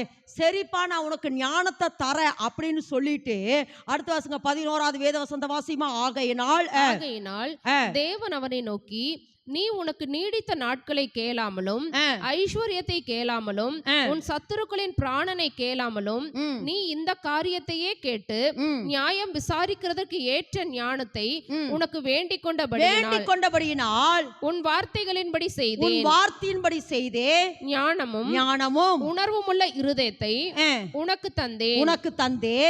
இதிலே உனக்கு சரியானவன் உனக்கு முன் இருந்ததும் இல்லை, உனக்கு சரியானவன் உனக்கு பின் எழும்புவதும் இல்லை. இதுவும் அன்றி நீ கேளாத ஐஸ்வர்யத்தையும் மகிமையும் உனக்கு தந்தே. நல்லா கறந்தட்டுமா, நல்லா கறந்தட்டுங்க, நல்லா கறந்தட்டுங்க, நல்லா கறந்தட்டு. இது எதுக்கு சொல்றேன்னா, நமக்கு வாழ்வாதாரம் எது? சொல்லுங்க, வாழ்வாதாரம் எது? ஐஸ்வர்யம். வாழ்வாதாரம் எது? ஐஸ்வர்யம். அப்ப இந்த இடத்துல வாசிக்கிற பொழுது இஸ்ரவேல் ஜனங்களை வழி நடத்துறதுக்கு எனக்கு என்ன இல்லைன்னு கேட்கிறாரு? ஞானம் இல்லைன்னு கேட்கிறாரு. இஸ்ரவேல் ஜனங்களை வழி நடத்த எனக்கு என்ன இல்லை? ஞானம் இல்லைன்னு கேட்கிறாரு. அப்ப உடனே தேவன், அப்பா ஞானம் மட்டும் இருந்தா பத்தாது, என்ன உனக்கு வேணும்? ஐஸ்வர்யத்தையும் கொடுக்க போற. நீ ஞானத்தை கேட்ட, ஆனா நீ கேளாத ஐஸ்வர்யத்தை. ஏன்னா ஐஸ்வர்யம் தான் வாழ்வாதாரம். ஐஸ்வர்யம் இருந்தா தான் ஞானமா ஜனங்களை நீதியாய் நீ என்ன செய்ய முடியும்? நியாயம் தீர்க்க முடியும். நீ ஜனங்களை நியாயம் தீர்க்குனா வாழ்வாதாரம். சும்மா ஞானத்தை வச்சுட்டு என்ன பண்ண முடியும்? ஞானத்தை வச்சுட்டு ஞானத்தை சொல்லி என்ன பண்ணிட்டு இருக்கவே முடியாது. ஞானத்தை சொல்லி நியாயம் தீர்த்து கொண்டே இருக்க முடியாது. ஞானத்தை மாத்திரமல்ல, நான் எதையும் கொடுக்கிறேன், ஐஸ்வர்யத்தையோ. இன்னைக்கு கர்த்தர் சொல்றாரு, ஐஸ்வர்யம் வாழ்வாதாரம். எல்லாரும் ஆமென் என்று சொல்லுவோம். அதாவது யோபுவினுடைய உபத்திரவ நாட்கள் முடிந்த உடனே அவனுக்கு முதல் வந்தது என்னது? ஐஸ்வர்யம். தங்க காசை கொண்டு வந்து கொடுத்தாங்க. அப்ப இன்னைக்கு கர்த்தர் சொல்றாருமா, ஐஸ்வர்யத்தை நீ முதல்ல கேட்கணும். சொல்லுங்க, என்னவாம இந்த இடத்துல வாசிக்கிறோம், நீ விரும்புகிறத கேளு அப்படின்னு சொல்லி தேவன் சொன்னாரு. அதுக்கு சாலமோன் எதை கேட்டாரு? ஞானத்தை கேட்டாரு. ஞானம் மட்டும் இல்லப்பா, உனக்கு என்னவும் வேணும்? ஐஸ்வர்யமும் வேணும். என்ன வேணுமாமா? ஐஸ்வர்யத்தை நான் உனக்கு கொடுக்கிறேன், ஐஸ்வர்யத்தை கொடுக்கிறேன். ஏன்னா ஐஸ்வர்யம் இருந்தாத்தான் ஜனங்களை நீ சுகமாய் ஆளுகை செய்ய முடியும். முதல்ல ஐஸ்வர்யம் உனக்கு. சொல்லுங்க, முதல்ல ஐஸ்வர்யத்தினுடைய ஆசீர்வாதம் முதல்ல உனக்கு. முதல்ல ஐஸ்வர்யம். சொல்லுங்க, முதல் ஐஸ்வர்யம் எனக்கு. ரெண்டாவது ஐஸ்வர்யம் யாருக்கு? நான் ஜனங்களுக்கு கொடுக்க அல்லது ராஜ்யத்துக்கு கொடுக்க. ஆமென் என்று சொல்லலாம். அதாவது சாலமோனுடைய ஐஸ்வர்யத்தை குறித்து நம்ம நிறைய முதல் தியானிச்சிருக்கிறோம். ஆனா ஒரு சில வசனத்தை மட்டும் வாசிக்கலாமே. 1 ராஜாக்கள் 4ஆம் அதிகாரம் வாசிங்க வாக்கல 21 வாசிப்பா. 21. நதி தொடங்கி பெலிஸ்தர் தேச வழியாய் எகிப்தின் எல்லை மட்டும் இருக்கிற சகல ராஜ்யங்களையும் சாலமோன் ஆண்டு கொண்டிருந்தான். அவர்கள் சாலமோனுக்கு, நல்ல விளக்கமா, அவர்கள் சாலமோனுக்கு காணிக்கைகளை கொண்டு வந்து அவன் உயிரோடு இருந்த நாளெல்லாம் அவனை சேவித்தார்கள். நாள் ஒன்று, நல்ல விளக்கமா, இதத்தான் முக்கியம். சாலமோனை தேவன் ஐஸ்வர்யவானாக்கி முதல்ல சாலமோனுடைய ஐஸ்வர்யம் அல்லது ஆசீர்வாதம் முதல்ல அவனுக்கு. சொல்லுங்க, நான் எப்பவுமே சொல்றேன், முதல் ஆசீர்வாதம் நமக்கு. சொல்லுங்க, முதல் ஆசீர்வாதம் நமக்கு. தேவன் நம்மை முதல்ல ஆசீர்வதிக்க விரும்புகிறார். ஏன்னா இஸ்ரவேலின் தேவனுக்கு நான் எப்படி இருக்கிறேன்? அற்புதங்களாகும். சொல்லுங்க, அற்புதம். கையை பிடிச்சு சொல்லுங்க, நான் இஸ்ரவேலின் தேவனுக்கு எப்படி இருக்கிறேன்? அற்புதங்களாகும், அடையாளங்களாகும். நான் இஸ்ரவேலின் தேவனுக்கு நான் எப்படி இருக்கிறேன்? அற்புதங்களாகும், நான் அடையாளமா இருக்கிறேன். என் தேவன் ஐஸ்வர்யத்தின் தேவன் என்பதற்கு நான் ஒரு அடையாளம். என் தேவன் ஆரோக்கியத்தை கொடுக்கிற தேவன் என்பதற்கு நான் ஒரு அடையாளம். என் தேவன் விடுதலையாக்குகிறார் என்பதற்கு நான் ஒரு அடையாளம். ஆமென் என்று சொல்லலாமா? அப்ப இந்த இடத்துல வாசிக்கிறோம், இஸ்ரவேலின் தேவனுக்கு நம்ம அற்புதங்களாக அடையாளங்களாக இருக்கிறோம். இந்த இடத்துல வாசிக்கிறோம். அப்போ சாலமோனுடைய சாப்பாட்டு செலவு பாருங்க. அதை மட்டும் சும்மா சொல்லி கொஞ்சம், ஏன்னா நிறைய உள்ள இருக்கு, நம்ம உள்ள போக வேண்டாம். 22 வாசிமா. சாலமோனுடைய சாப்பாட்டு செலவு வாசிங்க. 22. நாள் ஒன்றுக்கு சாலமோனுக்கு செல்லும் சாப்பாட்டு செலவு 30 மரக்கால் மெல்லிய மாவும் 60 மரக்கால் மாவும் கலைமான்களையும் வரையாடுகளையும் கொழுமையான பறவைகளையும் தவிர கொழுக்கப்பட்ட 10 மாடுகளும் மேய்ச்சலிலிருந்து வந்த 20 மாடுகளும் 100 ஆடுகளுமாம். சாலமோனே, எப்படியாமா 100 ஆடு. அதாவது இந்த இடத்துல வாசிக்கிறோம், இது நாள் சாலமோனுடைய ஒரு நாள் சாப்பாடு. எப்படியாமா ஒரு நாள் சாப்பாடு? எப்படியாமா 30 மரக்கால் மெல்லிய மாவு, 60 மரக்கால் மாவு. அப்படின்னா நைஸா. இப்போ புட்டுக்கு தனியாக அரைப்போம், அப்படி மேரேஜ் சொல்லுவோம், இடியாப்பத்துக்கு தனியாக அரைப்போம். இடியாப்பத்துக்கு நைஸாக இருக்கணும், புட்டுக்கு கொஞ்சம் பருவர். அதுபோல மெல்லிய மாவு. அடுத்து பார்த்தீங்கன்னா மரக்கால் மாவு. அடுத்து வருங்க கலைமான். எப்படியாமா கலைமான். அடுத்து எப்படியாமா வெளிமான். அப்படி இதெல்லாம் பாருங்க. சாலமோனுடைய ஒரு நாள் சாப்பாடு. பக்கத்தில் அவங்கள பார்த்து சொல்லுங்க, ஒரு நாள் சாப்பாடு. சாலமோனுடைய ஒரு நாள் சாப்பாடு. ஒரு நாள் சாப்பாடு எப்படியாமா? கலைமான் ஒரு நாள், அப்புறம் வெளிமானு, வரையாடு, கொழுமையான பறவைகளை தவிர கொழுக்கப்பட்ட 10 மாடு. என்னங்க? கொழுக்கப்பட்ட 10 மாடு, மேய்ச்சலிலிருந்து வந்த 20 மாடுகளும் 100 ஆடுகளும். அப்பா, ஒரு கிலோ கத்திரிக்காய் வாங்கறதுக்கு என்ன பெரட்டுறோம். ஒரு கிலோ உருளைக்கிழங்கு வாங்க எந்த இது பாருங்க 100 ஆடு. சாலமோனுடைய ஒரு நாள் சாப்பாடு. இதை எதுக்கு சொல்றனா? சாலமோனை தேவன் மிகுந்த ஐஸ்வர்யம் உள்ளவனாக்கினார். தேவன் சாலமோனை மிகுந்த ஐஸ்வர்யம் உள்ளவராக்கி இருக்கிறார். சாலமோனுக்கு தேவன் மிகுந்த ஐஸ்வர்யத்தை என்ன செஞ்சாராமா? தந்திருந்தார். அப்படியே நீங்க ஒன்னொன்னா நீங்க வாசிச்சீங்கன்னா, வாசிங்கம்மா 23 வாசிங்க. அதாவது இது சாப்பாட்டு செலவு. அடுத்து அவனுடைய ரதங்கள் எல்லாம் பாருங்க, வாசிங்க. 26 சாலமோனுக்கு 4000 ரத குதிரை லாயங்களும் 12000 குதிரை வீரரும் இருந்தார்கள். அடுத்து வேலைக்காரங்களை பாருங்க. மேற்சொல்லிய மணியக்காரரில் ஒவ்வொருவரும் தன் தன் மாதத்திலே சாலமோன் ராஜாவுக்கும் ராஜாவின் பந்திக்கு வரும் யாவருக்கும் வேண்டியவைகளை ஒரு குறைவுமின்றி பராமரித்து அடுத்து குதிரைகளுக்கும் ஒட்டகங்களுக்கும் வேண்டிய வார்கோதுமையையும் வைக்கோலையும் அவரவர் தங்களுக்கு இடப்பட்ட கட்டளையின்படி அவைகள் இருக்கும் ஸ்தலத்திற்கு கொண்டு வருவார்கள். தேவன் சாலமோனுக்கு மிகுதியான ஞானத்தையும் புத்தியையும் கடற்கரை மணலத்தனையான மனோவிருத்தியையும் கொடுத்தார். சகல கிழக்கத்தி புத்திரரில் ஞானத்தையும் எகிப்தியரின் சகல ஞானத்தையும் பார்க்கிலும் சாலமோனின் ஞானம் சிறந்ததாயிருந்தது. வேதத்தில் நீங்க வாசித்தீங்கன்னா சாலமோனை கர்த்தர் மிகுந்த ஐஸ்வர்யம் உள்ளவராய், மிகுந்த ஞானம் உள்ளவராய், மிகுந்த ஐஸ்வர்யம் ஞானமும் மகிமையிலும் சிறந்திருக்கும்படி செய்தார். சாலமோனை போல ஞானம் உள்ளவனும் இல்ல, சாலமோனை போல ஐஸ்வர்யவரும் இல்ல. அப்ப இன்னைக்கு கர்த்தர் என்ன சொல்றார்? எதுக்கு இதை சொல்றனா சொல்லுங்க. நமக்கு வாழ்வாதாரம் எது? நல்லா சொல்லுங்க. இதை உள்ள போகணும். பணம் எல்லாவற்றுக்கும் வேறு வேறு வேறுன்னு பணம் சம்பாதிக்கிற வேலையவே விட்டுட்டோம். ஆனா பணமும் எல்லாவற்றுக்கும் உதவும். ஆமேன் என்று சொல்லாமா? அப்ப இன்னைக்கு கர்த்தர் என்ன சொல்றார்னா, சாலமோனை கர்த்தர் ஆசீர்வதித்திருந்தார். எல்லாரும் ஆமேன் என்று சொல்லுங்க. சாலமோனை கர்த்தர் மிகவும் பெரியவனாக்கியிருந்தார். 2:45 வாசிமா. 2:45 1 ராஜாக்கள் 2:45. ராஜாவாகிய சாலமோனோ ஆசீர்வதிக்கப்பட்டவனாய் இருப்பான். தாவீதின் சிங்காசனம் என்றைக்கும் கர்த்தருக்கு முன்பாக உறுதியாயிருக்கும். 45 2:45 ஆமா, மறுபடியும் வாசிங்க. ராஜாவாகிய சாலமோனோ ஆசீர்வதிக்கப்பட்டவனாய் இருந்தா சாலமோன் எப்படி? ஏன்னா கர்த்தரின் ஆசீர்வாதமே, கர்த்தரின் ஆசீர்வாதமே, கர்த்தரின் ஆசீர்வாதமே ஐஸ்வர்யத்தை தரும். தேவன் அதனோட வேதனையை கூட்டார். என்று சொல்லாமா? அப்ப இன்னைக்கு கர்த்தர் என்ன சொல்றானா, சாலமோனை கர்த்தர் என்ன பண்ணியிருந்தாராமா? ஆசீர்வதித்திருந்தா. சொல்லுங்க. சாலமோனை கர்த்தர் என்ன பண்ணியிருந்தாரு? ஆசீர்வதித்திருந்தார். ஓகே. அப்ப நான் இப்ப திரும்ப சொல்றேன். இஸ்ரவேல் ஜனங்களுக்கு வாழ்வாதாரம் எது? தண்ணீர். அப்ப தண்ணீர் அந்த இடத்துல இல்லாத பொழுது, அந்த இடத்துக்கு வந்த பொழுது அந்த ஸ்தலத்துக்கு என்னவா இருந்தது? மாறாவா இருந்தது. அந்த தண்ணீர் குடிக்க கூடாமல் கசப்பா இருந்தது. அப்பொழுது மோசே ஒரு மரத்தை வெட்டி அந்த இடத்தில் போட்ட பொழுது மாறாவை போல இருந்த அந்த தண்ணீர் என்னவா மாறிச்சு? மதுரமாய் மாறிச்சு. அப்ப இன்னைக்கு கர்த்தர் என்ன சொல்றாருன்னா, நம்ம வாழ்க்கையில நிறைய நேரம் கசப்பு வருது. எதனால? ஐஸ்வர்யம் இல்லாதனால. எது இல்லாததுனால? ஐஸ்வர்யம் இல்லாததுனால நிறைய நேரம் நம்ம வாழ்க்கையில ஐஸ்வர்யம் இல்லைனாலும் கசப்பு. நீ இன்னைக்கு காலையில் எந்திரிச்சு இன்னைக்கு வேலை செய்யலான்னு நினைத்த பொழுது தலை ஒரு பக்கம் வலிக்குது, கை ஒரு பக்கம் வலிக்குது, கால் ஒரு பக்கம் வலிக்குது. என்ன ஜோதி சிஸ்டர்? கால் ஒரு பக்கம் வலிக்குது, கை ஒரு பக்கம் வலிக்குது. எப்படி இருக்கும்? ஏண்டா? இஸ்ரவேல் ஜனங்களை போலதான் என்ன சொல்லுவோம்? ஏண்டா உயிரோட நம்ம இருக்கிறோம், எத்தனை நாள் தான் இந்த வழியிலோட இன்னைக்கு. அப்ப இந்த இடத்துல என்ன வருது? கசப்பு வருது. அப்ப நல்லா விளைக்குமா? சுகம் இல்லைனாலும் என்ன வருது? கசப்பு வருது. பணம் இல்லைனாலும் என்ன வருது? கசப்பு வருது.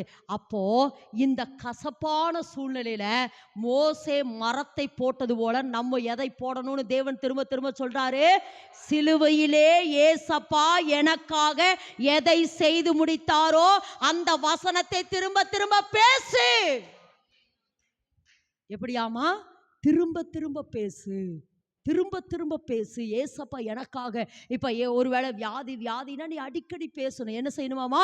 அடிக்கடி பேசணும். எப்படி பேசணும்? இயேசு கிறிஸ்துவின் தழும்புகளால் நான் என்னான? சுகமானே. நான் என்னான? சுகமானே. அவருடைய தழும்புகளால் நான் சுகமானே. அவர் தமது வார்த்தையை அனுப்பி அவர்களை குணமாக்கினார். அப்ப இன்னைக்கு எதை அனுப்ப சொல்றாரு? வார்த்தை. சொல்லுங்க. எதை அனுப்பணுமாமா? உபாகமத்தின் புஸ்தகம் ஒரு வசந்த வாசிப்போம். உபாகமம் 30ஆம் அதிகாரம் வாசிங்கம்மா. உபாகமத்தின் புஸ்தகம் 30ஆம் அதிகாரம் 14வது வேத வசனத்தை வாசிமா. 14வது வேத வசனம். நீ அந்த வார்த்தையின்படியே செய்யும் பொருட்டு அது உனக்கு மிகவும் சமீபமாய். அதாவது இன்னும் 2-3 வசனத்துக்கு முந்தி வாசிமா. முந்தி வாசிய கீழே. நாங்கள் அதை கேட்டு அதன்படி செய்யும் பொருட்டு எங்கள் நிமித்தம் வானத்துக்கு ஏறி. அதாவது இருங்க என்ன சொல்றாருன்னா, இதெல்லாம் சொல்லிட்டு வருவார். இதுக்கெல்லாம் கீழ்ப்படிமா, இதுக்கெல்லாம் கீழ்ப்படி, இதுக்கெல்லாம் கீழ்ப்படின்னு சொல்லிட்டே வருவார். சொல்லிட்டே வந்துட்டு ஒரு வார்த்தை சொல்வார். இங்க பாருங்க, கீழ்ப்படினாலும் நீ போய் மரத்துல போய் மேல போய் அதை பறிச்சுட்டு வான்னு சொல்லல. கீழே ஆழத்துக்குள்ள போய் அதை கொண்டு வான்னு நான் சொல்லல. இப்ப வாசிமா. நாங்கள் அதை கேட்டு அதன்படி செய்யும் பொருட்டு எங்கள் நிமித்தம் வானத்துக்கு ஏறி அதை எங்களுக்கு கொண்டு வருகிறவன் யார் என்று நீ சொல்லத்தக்கதாக அது வானத்தில் உள்ளதும் அல்ல. நாங்கள் அதை கேட்டு அதன்படி செய்யும் பொருட்டு எங்கள் நிமித்தம் சமுத்திரத்தை கடந்து அதை கொண்டு வருகிறவன் யார் என்று நீ சொல்லத்தக்கதாக அது சமுத்திரத்திற்கு அப்புறத்திலும் உள்ளதும் அல்ல. நீ அந்த வார்த்தையின்படியே செய்யும் பொருட்டு அது உனக்கு மிகவும் சமீபமாய் உன் வாயிலும் எங்க இருக்குதாமா? உன் வாயிலதாமா இருக்குது, உன் இருதயத்திலும் இருக்கிறது. அவ்வளவுதான். என்ன சொல்றாருன்னா உனக்கு ஒரு கார் வேணும், உங்களுக்கு ஒரு வீடு வேணும், அல்லது ஒரு சுகம் வேணும், எனக்கு ஆஸ்தி வேணும், எனக்கு ஒரு லட்சம் வேணும், கோடி வேணும்னா நீ மலையில போய் பறிச்சுட்டு வான்னு சொல்ல, அல்லது சமுத்திரத்தின் ஆழத்துக்குள்ள போய் எடுத்துட்டு வான்னு சொல்ல. எங்கதான் இருக்குதாமா? அதனால இப்படி சொல்லுங்க, சொல்லுமா, வாயில எங்க இருக்குதாமா? வாயில தான் இருக்குதாமா. லட்சம் எங்கதான் இருக்குதாமா? லட்சம் தெரியுதான்னு பாருமா. லட்சங்கள் தெரியுதா? வாயில லட்சங்களும் கோடிகளும் சுகங்களும் ஆரோக்கியங்களும் உங்களுக்கு வாழ்வாதாரத்துக்கு எதெல்லாம் தேவையோ அது உனக்கு தூரம் இல்ல. உன் வாயில அதுலதான் கீழே சொல்லுவாரு, மரணமும் ஜீவனும் நாவின். மரணமும் ஜீவனத்தையும் உங்க கையில வச்சுட்ட, அது மரணமும் ஜீவனையும் என்ன செய்ய முன்னாடி வச்சிருக்கிற. அது எங்கதான் இருக்குது? வாயில தாமா இருக்குது. அதைத்தான் பேசுங்கிறார். அதத்தான் என்ன சொல்றாரு? பேசு. அதத்தான் என்ன செய்யற? பேசு. இயேசுவின் நாமத்தினால ஆஸ்தியும் ஐஸ்வர்யம் வீட்டில இருக்கும். ஆஸ்தியும் ஐஸ்வர்யமும் என் வீட்டில இருக்கும். ஆமென் என்று சொல்லாம, அதாவது இப்படி சொல்லாம, முதல்ல ஆபிரகாமினுடைய பெயர் என்னவா இருந்தது? ஆபிரகாம். சாராயினுடைய பெயரு சாராய் இருந்துச்சு. அதுக்கப்புறம் சாராள். அதாவது இப்ப ஆபிரகாமுக்கு வரேன், முதல் பேர் அவன் பேரு ஆபிராம் அப்படின்னா பிதாக்களின் தகப்பன் அப்படின்னு அர்த்தம். ஆபிரகாம் அப்படின்னு என்ன? இனி உன் பெயர் ஆபிராம் எனப்படாமல் ஆபிரகாம் என்றால் ஜாதிகளுக்கு தகப்பன் அப்படின்னு சொன்னபோது ஆபிரகாமுக்கு எத்தனை குழந்தை இருந்தது? ஒண்ணுமில்ல. கூட்டு நான் கூட சொல்லுவீங்க நினைச்சேன். ஒண்ணு இல்லை. ஆபிரகாமுக்கு ஆபிரகாம் அப்படின்னு அழைக்கிற பொழுது ஆபிரகாமுக்கு என்ன இல்லை? குழந்தை இல்லை. இப்ப ஆபிரகாம் அப்படின்னு என்ன அர்த்தம்? ஜாதிகளுக்கு தகப்பனே அப்படிங்கிற பொழுது அவனுக்குள்ள அந்த வார்த்தை என்ன செய்யும்? கருவாகுது பாருங்க. அப்படியே உட்கார்ந்து, ஆமா இனி நான் ஜாதிகளுக்கு தகப்பேன். நீ சொல்லுமா, பூமியின் வம்சங்கள் எல்லாம் எனக்குள்ள ஆசீர்வதிக்கப்படுது. பூமியின் வம்சங்கள் எல்லாம் எனக்குள்ள ஆசீர்வதிக்கப்படுது. சாராய் அப்படின்னு. அதுக்கப்புறம் அவ பேரு சாராள் அப்படின்னு என்ன அர்த்தம்? சாராள் என்றால் ஜாதிகளுக்கு தாய். அப்போ அப்படியே அவ சந்த வழியா போயிட்டு இருக்கிறா. சாராள் அப்படின்னு கூப்பிட்டுருப்பாங்க, ஜாதிகளுக்கு தாயே. அப்ப அவ வயிற்றுல ஒண்ணுமே இல்லைங்க. அப்ப அந்த வயிற்றுல அவளுக்கு இதை எதுக்கு சொல்றனா? நீ எதை பேசுகிறாயோ, எதை நீ பேசு. அதனாலதான் சொல்ற, எதை பேசுறையோ அது கருத்தரிக்குது. அது அப்படியே உனக்குள்ள கருத்தரிக்குது. நான் ஜாதிகளுக்கு தாய்.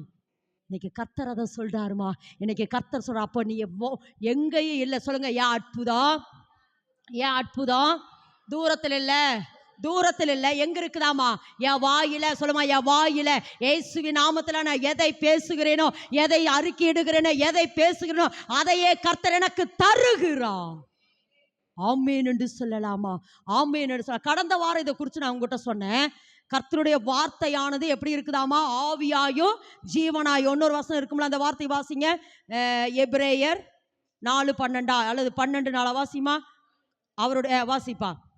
தேவனுடைய வார்த்தையானது ஜீவனும் வல்லமையும் உள்ளதாயும், இருபுறமும் கருக்குள்ள எந்த பட்டயத்திலும் கருக்கானதாயும், ஆத்துமாவையும் ஆவியையும் கணுக்களையும் ஊனையும் பிரிக்கத்தக்கதாக உருவ குத்துகிறதாயும் இருக்கிறது. போது இந்த இடத்துல வாசிக்கிறோம். கர்த்தருடைய வார்த்தை. சொல்லுங்க, கர்த்தருடைய வார்த்தை இருபுறமும். சொல்லுங்க, இருபுறமும் கருக்குள்ள பட்டயம்.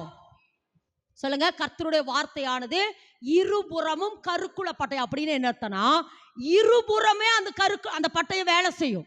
இப்ப நம்ம வீட்டுல இருக்கிற அருவாளெல்லாம் ஒரு பக்கம் தான் வேலை செய்யுது, கத்தி ஒரு பக்கம் தான் வேலை செய்யுது. ஆனா பழைய ஆயுதங்கள் எல்லாம் பாத்தீங்கன்னா ரெண்டு பக்கமே இருக்கும். கோடாரி எல்லாம் பார்த்திருக்கீங்களா? கோடாரி, பழைய காலத்து கோடாரி எல்லாம் பாத்தீங்கன்னா ரெண்டு பக்கமே வாய் இருக்கும். இப்படியும் திருப்பி வெட்டிக்கலாம், இப்படி. அதுதான் இருபுறமும் கருக்குள்ள பட்டயம். கர்த்தருடைய வார்த்தை என்னதாமா? இருபுறம். அப்படின்னு என்ன சொல்றாருன்னா, அந்த இருபுறமும் கருக்குள்ள பட்டயம் அப்படிங்கறத எப்படி தெரியுமா சொல்லுகிறாங்க? இருபுறமும் வாயுள்ள பட்டயம்.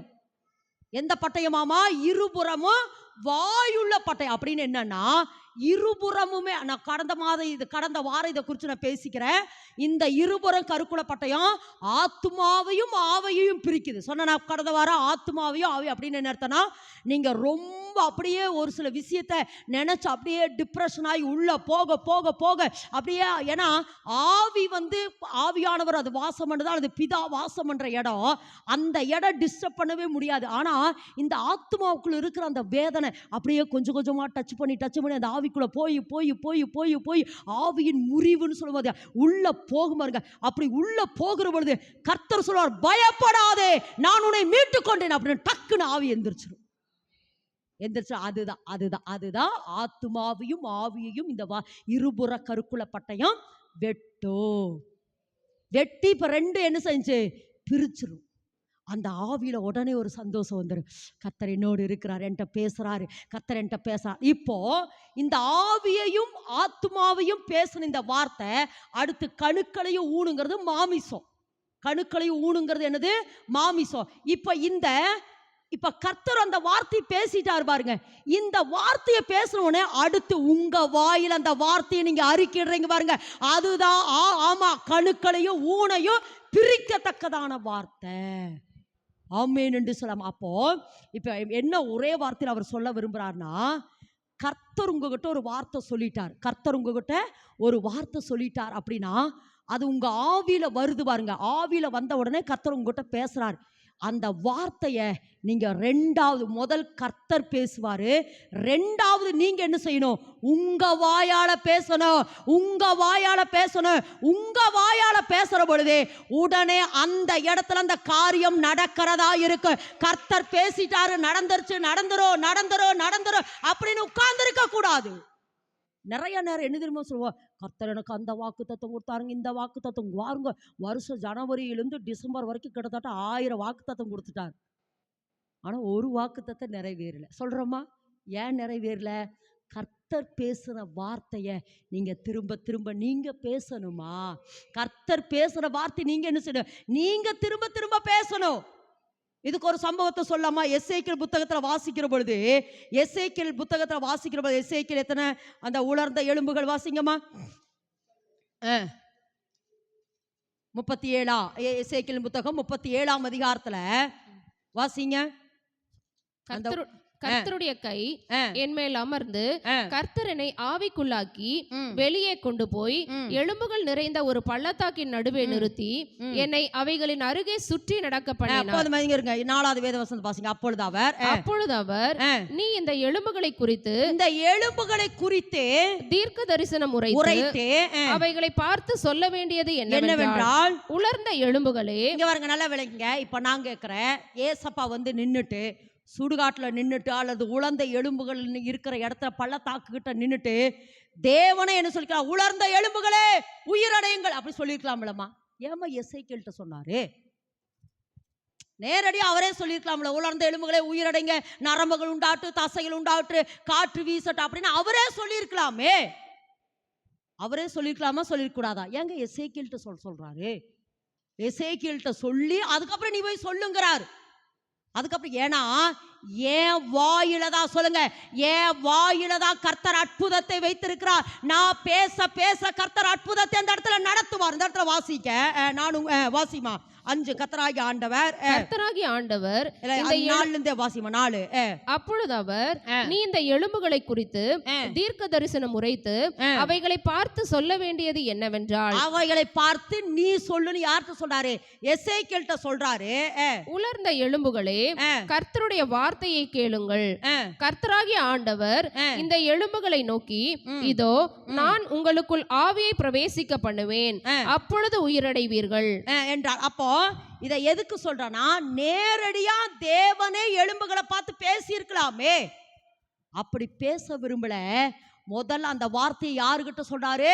எசேக்கியல்கிட்ட சொல்லி, எசேக்கியலுக்கிட்ட சொல்லி, எசேக்கியல்கிட்ட மூலமாக உலர்ந்த எலும்புகளுக்குள்ள பேச வைக்கிறார். அப்ப இன்னைக்கு கர்த்தர் என்ன சொல்றா, அதுதான் இருபுறமும் கருக்குள்ள பட்டயம். ஒன்று, கர்த்தர் நம்மகிட்ட பேசுவாரு, அது ஒரு பட்டயம். ரெண்டாவது, ஏன் வாயில நான் என்ன செய்யணும்? ஜனங்களை பார்த்து பேசணும். ஏன் வாயினால அந்த சூழ்நிலையை பார்த்து பேசணும். நான் பேச பேசதான், சொல்லுமா, நான் பேச பேசத்தான் என் சூழ்நிலை மாறும். நான் பேச பேசத்தான் என் சூழ்நிலை மாறும். நான் பேசணும். அதுதான் சொல்றது. கர்த்தர் பேசுற பொழுது ஆத்துமாவையும் ஆவியும் பிரிக்கும். கர்த்தர் பேசுற பொழுது ஆத்மாவையும் ஆவையும் பிரிக்கும். நான் பேசுனா கணுக்களையும் ஊனையும் பிரிக்க அப்படின்னு என்னன்னா அந்த அட்மாஸ்பியரை பார்த்தா. அப்ப இன்னைக்கு கர்த்தர் என்ன சொல்றாருன்னா, திரும்ப சொல்ற, அற்புத தூரத்தில் இல்ல. சொல்லுங்க, அற்புத தூரம் இல்ல. எனக்கு வேண்டியது தூரம் இல்ல, எங்கதான் இருக்குது? என் வாயில தான் இருக்குது. நீ மரணத்தை பேசினா மரணம் வரும், தரித்திரத்தை பேசினா தரித்திரம் வரும், ஐஸ்வர்யத்தை பேசினா ஐஸ்வர்யம் வரும், ஆஸ்தியை பேசினா ஆஸ்தியும் ஐஸ்வர்யம் வரும். சொல்லுங்க, நான் இப்பொழுது இருக்கிறத பார்க்கல 1000 மடங்கு, நான் இப்பொழுது இருக்கிறத பார்க்கல 1000 மடங்கு. திரும்ப சொல்றமா, நான் தான் பேசணும். சொல்லுமா, பேசு. தூரத்தில் இல்லை, எங்கதான் இருக்குதாமா? வாயில தான் இருக்குது. எங்கதான் இருக்குதாமா? வாயில தான். அப்படியே வேணா சொன்ன. இந்த போன வாரத்தில் கர்த்தர் சொன்னாரு, நித்திய ஜீவனை பெற்றுக்கொண்ட நான் எப்படி என் சூழ்நிலையை மாற்றுவது. இப்ப சொல்லுங்க, நித்திய ஜீவனை பெற்றுக்கொண்ட நான் என் சூழ்நிலையை எப்படி மாற்ற முடியும்? வாய் மூலமாய் பேசி பேசி. சொல்லுமா, பேசி பேசி. ஏனெனில் இயேசு கிறிஸ்து தமது வார்த்தையை கொண்டு பேசி பேசி இந்த பூமியையே சிருஷ்டித்தார், வானத்தை சிருஷ்டித்தார், பூமியை சிருஷ்டித்தார். பேசி பேசி பேசி பேசி. ஆனா நம்ம வாயிலிருந்து சீக்கிரம் நல்ல வார்த்தையெல்லாம் வராது. ஆமா, நல்ல வார்த்தை வராது சீக்கிரம். ஆமா, ஏதாவது ஒரு பிரச்சனைனா எதைத்தான் தேடுறோம்? சாவு. ஏன் இருக்கணும்? இதை எதுக்கு இதை சொல்றேன்னா, நம்ம வாயையே சாத்தான் பயன்படுத்துகிறார். அதனால தான் திரும்ப திரும்ப சொல்கிறேன். கர்த்தர் அப்படி சொன்னது போல, சீனாய் மலையின் அனுபவம் தேவை, சீயோன் மலையின் அனுபவம். சீயோன் மலையின் அனுபவம் என்பது என் நாவை தேவன் தொடுகிறார். அக்கினிமயமான நாவா ஏசாயா நாவை தொட்டது போல என் நாவை இனிமேல் தொடுறாரு. என் வார்த்தையை பேசி பேசி தேவன் எனக்கு குறித்திருக்கிற திட்டத்தை பேசி பேசி சீனாய் மலையின் அனுபவம், சீயோன் மலையின் அனுபவம், அக்கினி நாவுகளாய் அக்கினி நாவுகளாய் அக்கினி நாவுகளாய் எலியாவின் தேவன் என்னோடு கூட இருந்து பேசி பேசி பேசி பேசி. ஆமென் என்று சொல்லலாமா? அப்ப இன்னைக்கு கர்த்தர் சொல்றாருமா, கர்த்தர் சொல்றாரு, ஐஸ்வர்யத்தை இனி நான் எதினால் சுதந்திரித்துக் கொள்ள முடியும்? சொல்லுங்க. ஆமா, இப்ப தேவன் சொன்னது போல நம்ம சொல்லுவோம், அவருடைய கிருபையை அறிந்திருக்கிறீர்களே, அவர் ஐஸ்வர்யவானாய் இருந்தோ என் நிமித்தம் அவர் தரித்திரரானபடினாலே அவருடைய ஐஸ்வர்யத்தினாலே என்ன ஆன? இப்ப நான் ஐஸ்வர்யவானா இருக்கிறேன். ஆமென் என்று சொல்லலாமா? ஆமென் என்று சொல்லலாமா? அப்ப இன்னைக்கு கர்த்தர் சொல்றாரு, திரும்ப சொல்றாமா, திரும்ப சொல்ற, மாறாவை போல என் வாழ்க்கை எப்படி இருக்கு? கசந்து இருக்குது. மாறாவை போல கசந்து இருந்த பொழுது மோசைக்கு கர்த்தர் ஒரு மரத்தை காண்பித்து அந்த மரத்தை போட சொன்னார். இப்ப நான் மரத்தை போடக்கூடாது, எதை போடணும்? சிலுவையிலே சம்பாதித்த சிலுவை மரம் என்பது இயேசு கிறிஸ்துவுக்கு அடையாளம், அவர் கிருபைக்கு அடையாளம். அப்ப சிலுவையிலே ஏசப்பா என்னுடைய சூழ்நிலைக்காக எதை ஜெயித்தாரோ, சொல்லுங்க, எதை ஜெயித்தாரோ அதை நான் என்ன செய்யணும்? பேச வேண்டும். ஆமென் என்று சொல்லலாமா? இன்னும் கொஞ்சம் ஒரு காரியத்தை ஆழமா உங்களிடத்துல சொல்ல விரும்புகிறேன். அதாவது இயேசு கிறிஸ்து எனக்காக, சொல்லுங்க, நான் ஐஸ்வர்யவானாகும்படி, சொல்லுங்க அந்த வார்த்தையை, நான் ஐஸ்வர்யவானாகும்படி எனக்காக அவர் என்ன ஆனாரு? தரித்திரரானாரு. நம்ம பாடுனது போல, நான் நீதியாகும்படி தேவன் எனக்காக பாவமானாரு. நான் சாபம் நீங்க எனக்காக அவர் சாபமானாரு. என் நோய்கள் தீர்த்திட அவர் எனக்காக காயமானாரு. என்னுடைய ஏழ்மையை போக்க அவர் என்ன ஆனாரு? ஏழையானார். ஆமென் என்று சொல்லலாமா? ஆமென் என்று சொல்லலாமா? இதுல வேதத்திலிருந்து ஒரு சில உதாரணத்தை உங்களுக்கு சொல்ல விரும்புறேன். அதாவது நான் ஏற்கனவே உங்களுக்கு சொல்லி இருக்கிற தாவீது யாருக்கு அடையாளம்? யாருக்கு அடையாளம்? இயேசு கிறிஸ்துவுக்கு அடையாளம். ஒரு 7 பாயிண்ட் சொல்ல, 10 பாயிண்ட் இருக்குது. ஆனா ஒரு சொல்ல மட்டும் சொல்றேன். இப்ப வேக வேகமா சொல்லிடுறேன். அதாவது தாவீது இயேசுவுக்கு அடையாளம். ஆமென் சொல்லாம, தாவீது இயேசு கிறிஸ்துவுக்கு அடையாளம். அந்த வார்த்தையை திரும்ப சொல்லுங்க. தாவீது யாருக்கு அடையாளம்? இயேசு கிறிஸ்துவுக்கு அடையாளம். ஒரு 7 பாயிண்ட் சொல்றேனே. அதாவது இப்ப இயேசு கிறிஸ்து எங்க பிறந்தார்? பெத்லகேம்ல பிறந்தார். தாவீது எங்க பிறந்தாரு? பெத்லகேம்ல பிறந்தார். இரண்டாவது, தாவீது எதை வைத்து கோலியாத்தை வீழ்த்தினான்? கல்ல வைக்கிறதுக்கு என்ன இருந்தது? கவன். என்ன இருந்தது? கவன். அந்த கவன் எதுக்கு அடையாளம்? சரி, கவன் எதுல செஞ்சிருப்பாங்க? மரம். ஆமா, கவன் எதுல செஞ்சிருப்பாங்க? இரும்புலையா? மரம். அப்ப இந்த மரம் என்பது எதுக்கு அடையாளம்? சிலுவைக்கு அடையாளம். எப்படி மர கவனை வைத்து கோலியாத்தை அடித்தானோ தாவீது, அதே போல இயேசு கிறிஸ்து சிலுவை மரத்திலே சாத்தானை நசுக்கினார். ஆமென் என்று சொல்லாம அப்படி சொல்லலாம். அடுத்து எத்தனை அந்த கல் என்பது, ஆமா, தாவீது அந்த கவன்ல எதை வச்சு அடிச்சாரு? கல் என்பது நியாயப்பிரமாணம். கல் என்பது எது அடையாளம்? நியாயப்பிரமாணம். அப்ப அந்த நியாயப்பிரமாணத்தை இயேசு கிறிஸ்து சிலுவையிலே நிறைவேற்றி முடித்தார். அடுத்து இயேசு கிறிஸ்து எதற்காக இந்த பூமியில வந்தார் அப்படின்னா நிறைய காரியத்தை சொல்லுகிற பொழுது, சாத்தானின் தலையை நசுக்க. சொல்லுங்க, சாத்தானின் தலையை நசுக்க. அதே போலதான் தாவீதும் கோலியாத்தின் தலையை குறிவைத்தார். தாவீதும் கோலியாத்தின் தலையை குறிவைத்தார். அதே போல எப்படி இயேசு கிறிஸ்து கொல்கதா மலையிலே சாத்தானுடைய தலையை நசுக்கினாரோ, அதே போல தாவீதோ கோலியாத்தை அடித்து விட்டு, அந்த கோலியாத்தை அந்த எந்த பள்ளத்தாக்கு? ஏலாத் பள்ளத்தாக்குல அந்த யுத்தம் நடந்தது. ஆனா அந்த ஏலாத் பள்ளத்தாக்குல இருந்து அந்த தலையை எடுத்துட்டு எங்க போனார் தெரியுமா? எருசலேமுக்கு வந்தார். கிட்டத்தட்ட 17 மைல் தூரம் அந்த தலையை அப்படியே ஊர்வலமா பிடிச்சிட்டு வந்தார். அந்த தலை என்ன பண்ணிட்டாராமா? ஊர்வலமா. ஏனெனில் ஒரு வசனம் இருக்கும்ல நமக்கு, வெளியரங்கமான கோலமாக்கி அப்படின்னு இருக்கு. அதனுடைய அர்த்தம் என்னன்னா, இயேசு கிறிஸ்து எப்படி வெளியரங்கமான கோலமாக்கி இழுத்துட்டு போனாங்களோ, அதே போல தாவீது கோலியாத்தினுடைய தலையை அடிச்சுட்டு அந்த தலையை அப்படியே தூக்கிட்டு, நான் ஜெயிச்சிட்டேன் என்ன செஞ்சாரா? எருசலேமுக்குள் ஊர்வலமா வந்தாரு. அதுபோல இப்ப என்னன்னு சொல்ல, இயேசு கிறிஸ்து எப்படி நமக்கு எதிரடையாகவும் கட்டளைகளால் விரோதமாகவும் இருக்கிற பிசாசின் கையெழுத்தை குலைத்து அதை நடுவில் இராதபடி என்னத்தடா உரிந்து கொண்டார். அந்த வசனம் இருக்குதா? நமக்கு அந்த வசனத்தை வாசிங்க. நமக்கு அதால உரிந்து கொண்டார். நமக்கு எதிரடையாகவும் கட்டளையால் விரோதமா இருக்கிற கையெழுத்தை குலைத்து அதை நடுவில் இராதபடி உரிந்து கொண்டார். அந்த வார்த்தை வாசிமா. கொலைசீர் 2:14-15.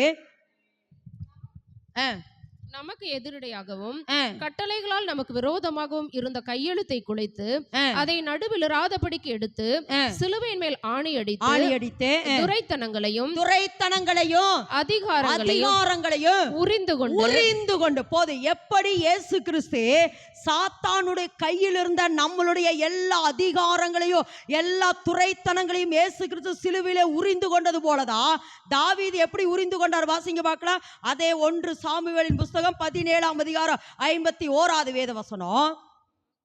51:17-51. ஆகையால் தாவீது பெலிஸ்தன் கையிலே ஓடி அவன் மேல் நின்று அவன் பட்டயத்தை எடுத்து அதை அதன் உரையிலிருந்து உருவி அவங்கிட்ட இருந்த எல்லா கோலியாத்துக்கிட்ட இருந்த பட்டயத்தை என்ன செஞ்சா? தாவீது உரிந்து கொண்டது போலதான் இயேசு கிறிஸ்து, அல்லது இயேசு கிறிஸ்து சாத்தானின் கையிலிருந்த எல்லாவற்றையும் உரிந்து கொண்டது போலதான் தாவீது கோலியாத்தின் கையிலிருந்து எல்லாவற்றையும் என்ன செஞ்சாரு? உரிந்து கொண்டா. இது எது அடையாளம்னா, தாவீது யாருக்கு அடையாளம்? இயேசு கிறிஸ்து அடையாளம். அப்படி நிறைய காரியத்தை எல்லாவற்றுக்கும் மேலாக இதுதான் முக்கியமான பாயிண்ட். இப்ப வாசிமா எத்தனை 52-53 வாசிமா. 17:52-53. அப்பொழுது இஸ்ரவேலரும் யூதா மனுஷரும் எழும்பி ஆர்ப்பரித்து பள்ளத்தாக்கின் எல்லை மட்டும் எக்ரோனின் வாசல்கள் மட்டும் பெலிஸ்தரை துரத்தினார்கள். சாராயிமின் வழியிலும் காத் பட்டணம் மட்டும் எக்ரோன் பட்டணம் மட்டும் பெலிஸ்தர் வெட்டுண்டு விழுந்தார்கள். முக்கியமான வார்த்தை, இஸ்ரவேல் புத்திரர் பெலிஸ்தரை மூர்க்கமாய் துரத்தின பிற்பாடு திரும்பி வந்து அவர்களுடைய பாளையங்களை கொள்ளையிட்டார்கள். இதை ஏற்கனவே சொல்லி இருக்கிறேன். இயேசு கிறிஸ்து சாத்தானையும் சாத்தானுடைய சகல வல்லமைகளை உரிந்து கொண்டு சிலுவையிலே வெற்றி சிறந்தபடினாலே நம்மெல்லாம் எப்படி ரட்சிக்கப்பட்டோமோ இந்த இடத்துல வாசிக்கிறோம். தாவீது கோலியாத்தை முறியடித்ததுக்கு பின்பு கோலியாத்தை பெலிஸ்தர்களையும் முறியடித்ததுக்கு பின்பு இஸ்ரவேலர்கள் எல்லாரும் சேர்ந்து பெலிஸ்தர்களை கொள்ளையிட்டார்கள். இதை எதுக்கு சொல்றேன்னா, யுத்தம் பண்ணது ஒரு மனுஷன். யாரு? தாவீது. யுத்தம் பண்ணது ஒரு மனுஷன். கோலியாத்தை அழித்தது ஒரு மனுஷன். எல்லா பெலிஸ்தர்களை கொன்று போட்டது ஒரு மனுஷன். ஆனா முழு இஸ்ரவேலர் சேர்ந்து பெலிஸ்தரை கொள்ளையிட்டது போலதான் இயேசு கிறிஸ்து சிலுவையிலே சாத்தானை நசுக்கி விட்டா. நம்ம எல்லாம் இப்ப ரட்சிக்கப்பட்டிருக்கிறோம். நம்ம எல்லாம் ஒரு மனுஷனாகிய இயேசு கிறிஸ்து சிலுவையிலே சாத்தானை நசுக்கணும்படினாலே நம்ம இப்ப ரட்சிக்கப்பட்டிருக்கிறோம். இப்ப என்ன சொல்ல வரார் அப்படின்னா, மகனே மகளே, நான் உனக்காக சிலுவையிலே எல்லாவற்றையும் முடித்து வானத்திலும் பூமியிலும் சகல அதிகாரம் எனக்கு கொடுக்கப்பட்டிருக்குது. நீங்கள் புறப்பட்டு போய் சகல ஜாதிகளையும் சீசராக்கி பிதா குமாரன் பரிசுத்தாவி நாமத்தில் நீர் அவர்களுக்கு ஞானஸ்தானம் கொடுங்கள் என்று நான் உங்களுக்கு என்ன செய்ற சொல்லி இருக்கிறேன். அதுக்கு அடையாளம் யாருன்னா தாவீது என்ன பண்ணாரா? கோலியாத்தை அழித்து பெலிஸ்தனை அழித்து எல்லாவற்றையும் கொள்ளை பொருளாய் வைத்திருந்த பொழுது இஸ்ரவேலர்கள் எல்லாரும் வந்து கொள்ளையிட்டார்கள். தாவீது கோலியாத்தை அழித்ததுக்கு அப்புறம் இஸ்ரவேலர்கள் எல்லாரும் எப்படி கொள்ளையிட்டார்களோ, நானும் உனக்காக சிலுவையில் எல்லாவற்றையும் செய்து முடிச்சிட்டவங்களே, நீ கொள்ளையிடு, நீ எடுத்துக்கோ, உனக்கு தேவையானதை எடுத்துக்கோ, சுகத்தை எடுத்துக்கோ, ஆரோக்கியத்தை எடுத்துக்கோ, லட்சத்தை எடுத்துக்கோ, கோடியை எடுத்துக்கோ. இனி சத்துருவினாலே நீ துரத்தப்படக்கூடாது, சத்துருவினாலே நீ ஒடுக்கப்பட்டு தெரியக்கூடாது, சத்துருவினாலே நீ என்ன செய்ய வேதனைப்பட்டு கிடக்கக்கூடாது. ஏனெனில் உனக்காக சிலுவையில் எல்லாவற்றையும் நான் ஜெயிச்சிட்டேன். எல்லாவற்றையும் சாத்தானுடைய சகல வல்லமைகளையும் சகல அதிகாரங்கள் சகல துரைத்தனங்களையும் சிலுவையிலே நசுக்கிட்ட. கொள்ளையாடு,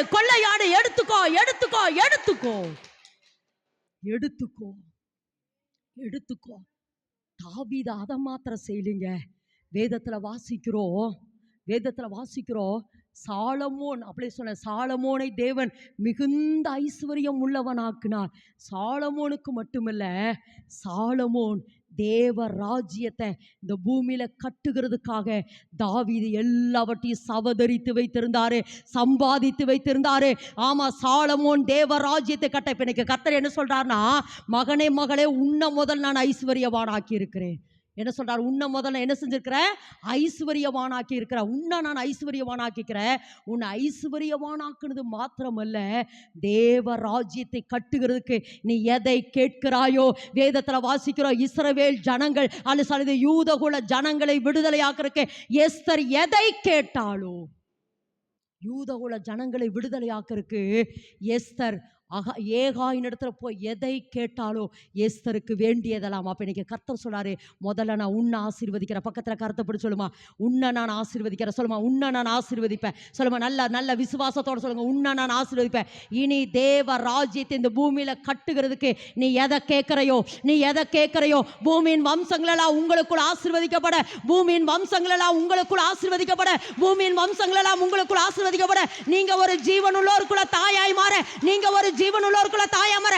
எதை கேட்கறியோ எடுத்துக்கோ. ஆமென் என்று சொல்லலாமா?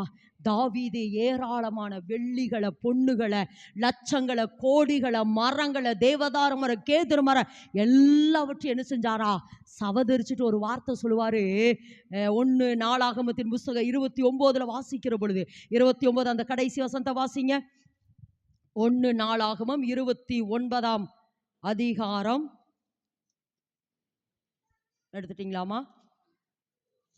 28 வாசிப்பா. அவன் தீர்க்காயுசும் ஐஸ்வர்யம். இருமா அதுல இன்னும் நீ கேளாதையும் தருவேன். இங்க வாருங்க, வாசிங்க. 1 நாளாகமம் 29 சரி 28 22 வாசிங்க. 1 நாளாம் 22ல வாசிங்க. 14 22 14 1 நாளாம் 22 14. இதோ நான் என் சிறுமையிலே கர்த்தருடைய ஆலயத்திற்காக 1,00,000 தாலந்து பொன்னையும் 10,00,000 தாலந்து வெள்ளியையும் நிறுத்த முடியாத திரளான வெண்கலத்தையும் இரும்பையும் சவதரித்தும் மரங்களையும் கற்களையும் சவதரித்து வைத்தேன். நீ இன்னும் அவைகளுக்கு அதிகமாய் சவதரிப்ப. அதாவது கிட்டத்தட்ட அப்போ 33 கோடிக்கு சமம். தாவீது சாலமோன் தேவனுடைய ராஜ்யத்தை ஆலயத்தை கட்டுகிறதுக்காக தாவீது சாலமோனுக்காக இது மாத்திரமல்ல நிறைய சவதரித்து வைத்தார். அதனுடைய மதிப்பு 33 கோடி.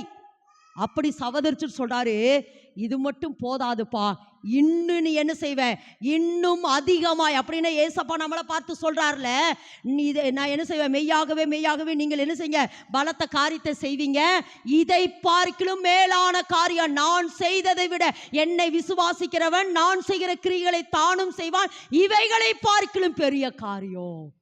அப்ப இன்னைக்கு கர்த்தர் சொல்றாரு, இப்ப கர்த்தர் சொல்றாருமா, அதாவது ஒரு பக்கம் சொல்லுங்க, பக்கத்துல கருத்து சொல்லுங்க, ஒரு பக்கம் நீங்க ஆசீர்வாதமா இருக்கணும், நீங்க ராஜ்யத்தை கட்ட, நீங்க தேவ ராஜ்யத்தை கட்ட, தேவனுடைய ஆலயத்தை கட்ட, நீங்கள் தேவனிடத்தில் எதை கேட்கிறீர்களோ, பூமியின் வம்சங்கள் எல்லாம் உங்களுக்குள் ஆசீர்வதிக்கப்பட எதை நீங்கள் கேட்கிறீர்களோ, எப்படி தாவீது சாலமோனுக்கு சவதரித்து வைத்தானோ அதுபோல இயேசு கிறிஸ்து உங்களுக்காக எல்லாவற்றையும் சவதரித்துட்டாரு. சவதரித்து சொல்றாரு, இதோ இதோ வானத்திலும் பூமியிலும் சகல அதிகாரம் எனக்கு கொடுக்கப்பட்டு இருக்கிறது, அதெல்லாம் வாங்கி அனுபவிங்க. ஆமேன் என்று சொல்லலாமா? ஆமேன் என்று அப்ப இன்னைக்கு கர்த்தர் என்ன சொல்றார்னா, அதாவது திரும்பவும் சொல்றேன், நமக்கு வாழ்வாதாரம் எது? இஸ்ரவேல் ஜனங்களுக்கு வாழ்வாதாரம் எது? தண்ணீர். நமக்கு வாழ்வாதாரம் எது? ஐஸ்வர்யம். இஸ்ரவேல் ஜனங்களுக்கு வாழ்வாதாரம் இல்லாத பொழுது அந்த மரத்தை போட்ட பொழுது அந்த மாறாவின் தண்ணீர் மதுரமாயிற்று. இப்போ நம்ம வாழ்க்கையில் தேவையான வாழ்வாதாரத்தை சுதந்திரிக்கிறதுக்கு எப்பவும் நீங்கள் மறக்கக்கூடாது. 2 கொரிந்தியர் 8:9 நான் ஐஸ்வர்யவானாக, சொல்லுங்க, நான் ஐஸ்வர்யவானாக அவர் என் நிமித்த தரித்திரராயிட்டார், அதை சொல்லிட்டாரு.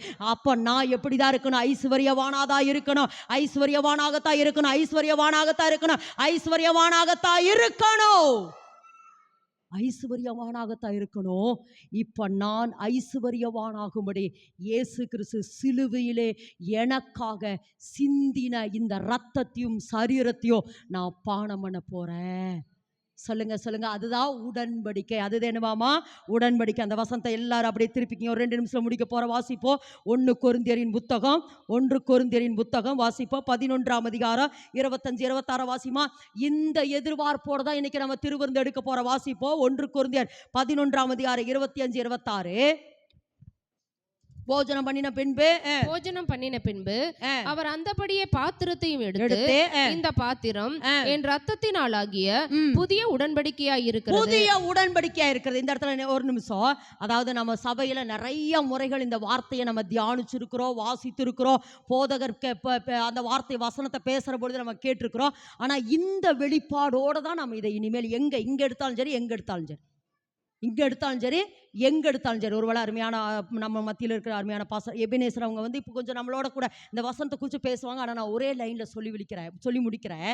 இந்த இடத்துல வாசிக்கிறோம், இது என்னுடைய இரத்தத்தினால் ஆனாகிய புதிய உடன்படிக்கை.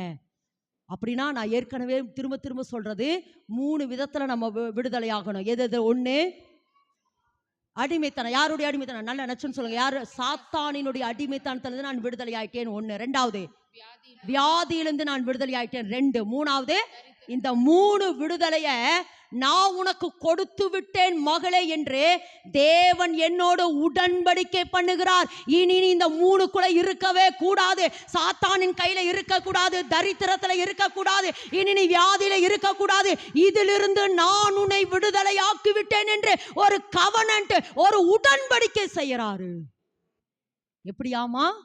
உடன்படிக்கை முறிக்கப்படுமா? நான் ஏற்கனவே முறிக்கப்படுமாமா இப்படிங்கிறீங்க. முறிக்கப்படாது உடன்படிக்கை. ஏன்னா உடன்படிக்கை முறிக்கிறவன், நான் எரேமியால ஏற்கனவே சொல்லிக்கிறேன், உடன்படிக்கை செய்து கொண்டா உடன்படிக்கை மீறினவன் எப்படி அந்த ஆடு வெட்டப்படுகிறதோ அதுபோல வெட்டப்பட்டுருவா. எரேமியால இருக்கு. உடன்படிக்கை மீறிட்டாப்போ இந்த 3லையும் நான் என்ன இருக்கக்கூடாது? அடிமைப்பட்டு கிடக்க மாட்டேன், தரித்திரத்துக்குள்ள இருக்க மாட்டேன், வியாதிக்குள்ள இருக்க மாட்டேன், பிசாசின் பிடிக்குள்ள இருக்க மாட்டேன். நான் இந்த 3லிருந்தும் உன்னை விடுதலையாக்கி விட்டேன் மகளே. இது நான் உன்னோடு செய்கிற உடன்படிக்கைக்கு அடையாளமாக தான் இந்த ரத்தத்தையும் சரீரத்தை நீ பானம் பண்ணணும். அந்த அடையாளமாக இந்த ரத்தத்தை நீ இருக்கக்கூடாது, வியாதி இருக்கக்கூடாது, தரித்திரம் இருக்கக்கூடாது, வியாதி இருக்கக்கூடாது, தரித்திரம் உனக்கு இருக்கக்கூடாது. அடுத்த வசனம் வாசிப்பா. ஆகையால் நீங்கள் இந்த அப்பத்தை புசித்து, நல்ல விளைக்கமா, நல்ல முக்கியமான நேரம், இந்த அப்பத்தை புசித்து இந்த பாத்திரத்தில் பானம் இந்த பாத்திரத்தில் பானம் போதெல்லாம் கர்த்தர் வருமளவும் அவருடைய மரணத்தை நீங்க தெரிவிக்கிறீர்கள். அப்படின்னு என்ன அர்த்தம்னா, அவருடைய மரணத்தை தெரிவிக்கிறீர்கள் என்றால் அவருடைய மரணத்தை அறிக்கையிடுகிறீர்கள், அவருடைய மரணத்தை கன்வின்ஸ் பண்றீங்க, அல்லது அவருடைய மரணத்தை டிக்ளேர் பண்றீங்க. என்ன டிக்ளேர் தெரியுமா பண்றீங்க? ஏசப்பா நான் ஐஸ்வர்யவானாய் மாறும்படி அவர் மரிச்சிட்டாரே, என்னை ஐஸ்வர்யவானாய் மாற்றும்படி அவர் மரித்து விட்டார், நான் சுகமாய் இருக்க அவர் மரித்து விட்டார் என்று மரணத்தை அறிக்கையிடுற இயேசு கிறிஸ்துவின் மரணத்தை நான் அறிக்கையிட்டு கொண்டே இருக்கிறேன்.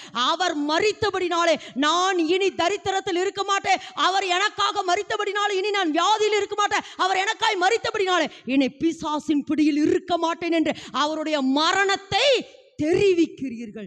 நான் வருகிற வரைக்கும் இதை சொல்லிட்டே இரு மகள், இதை சொல்லிட்டே இரு. அதனாலதான் அந்த ரத்தத்தின் சரீரத்தின் என்ன செய்யற, பானம் பண்ற.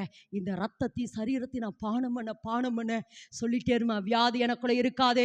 மரண பயத்தில் அடிமைப்பட்டு கிடக்கிற யாவரையும் விடுதலையாக்கும்படி இனி மரணத்தினுடைய போராட்டம், மரணம் வரும், ஆனா மரண ஆவி என் மேல வராது. சொல்லுமா, மரித்து போன ஆவி என் மேல வராது, மரணத்தினுடைய போராட்டம் என் மேல வராது. ஏனெனில் மரண பயத்தில் அடிமைப்பட்டு கிடக்கிற யாவரையும் விடுதலையாக்கும்படி இயேசு சிலுவையில் மரித்தார். இயேசு சிலுவையில் மரித்தார் மகளே. இதை அறிக்கையிடு, இதை அறிக்கையிட்டு இந்த ரத்தத்தை. அதான் நான் திரும்ப சொல்றேன், நம்ம சபைகளிலே எடுக்கிற திருவிருந்துக்கும் இங்க எடுக்கிற திருவிருந்துக்கும் ஒரு வித்தியாசம் என்ன அப்படின்னா, நான் அறிக்கையிட்டு ஏன்னா நான் அந்த திரும்ப சொல்றா, இந்த 3 விடுதலை எனக்குள்ள வந்துடணும். இஸ்ரவேல் ஜனங்கள் அந்த எகிப்து தேசத்திலிருந்து வெளியில வருகிற பொழுது எகிப்தின் அடிமைத்தனத்திலிருந்து விடுதலையானாங்க, வியாதியிலிருந்து விடுதலையானாங்க, தரித்திரத்திலிருந்து விடுதலையானபடினாலே நானும் விடுதலை. எல்லாரும் அப்படி இடத்துல இருக்கிற இடத்துல எழுப்பி நிற்கலாமா? எல்லாரும் எழுப்பி நின்று அப்படியே நம்ம திருவிருந்துக்காக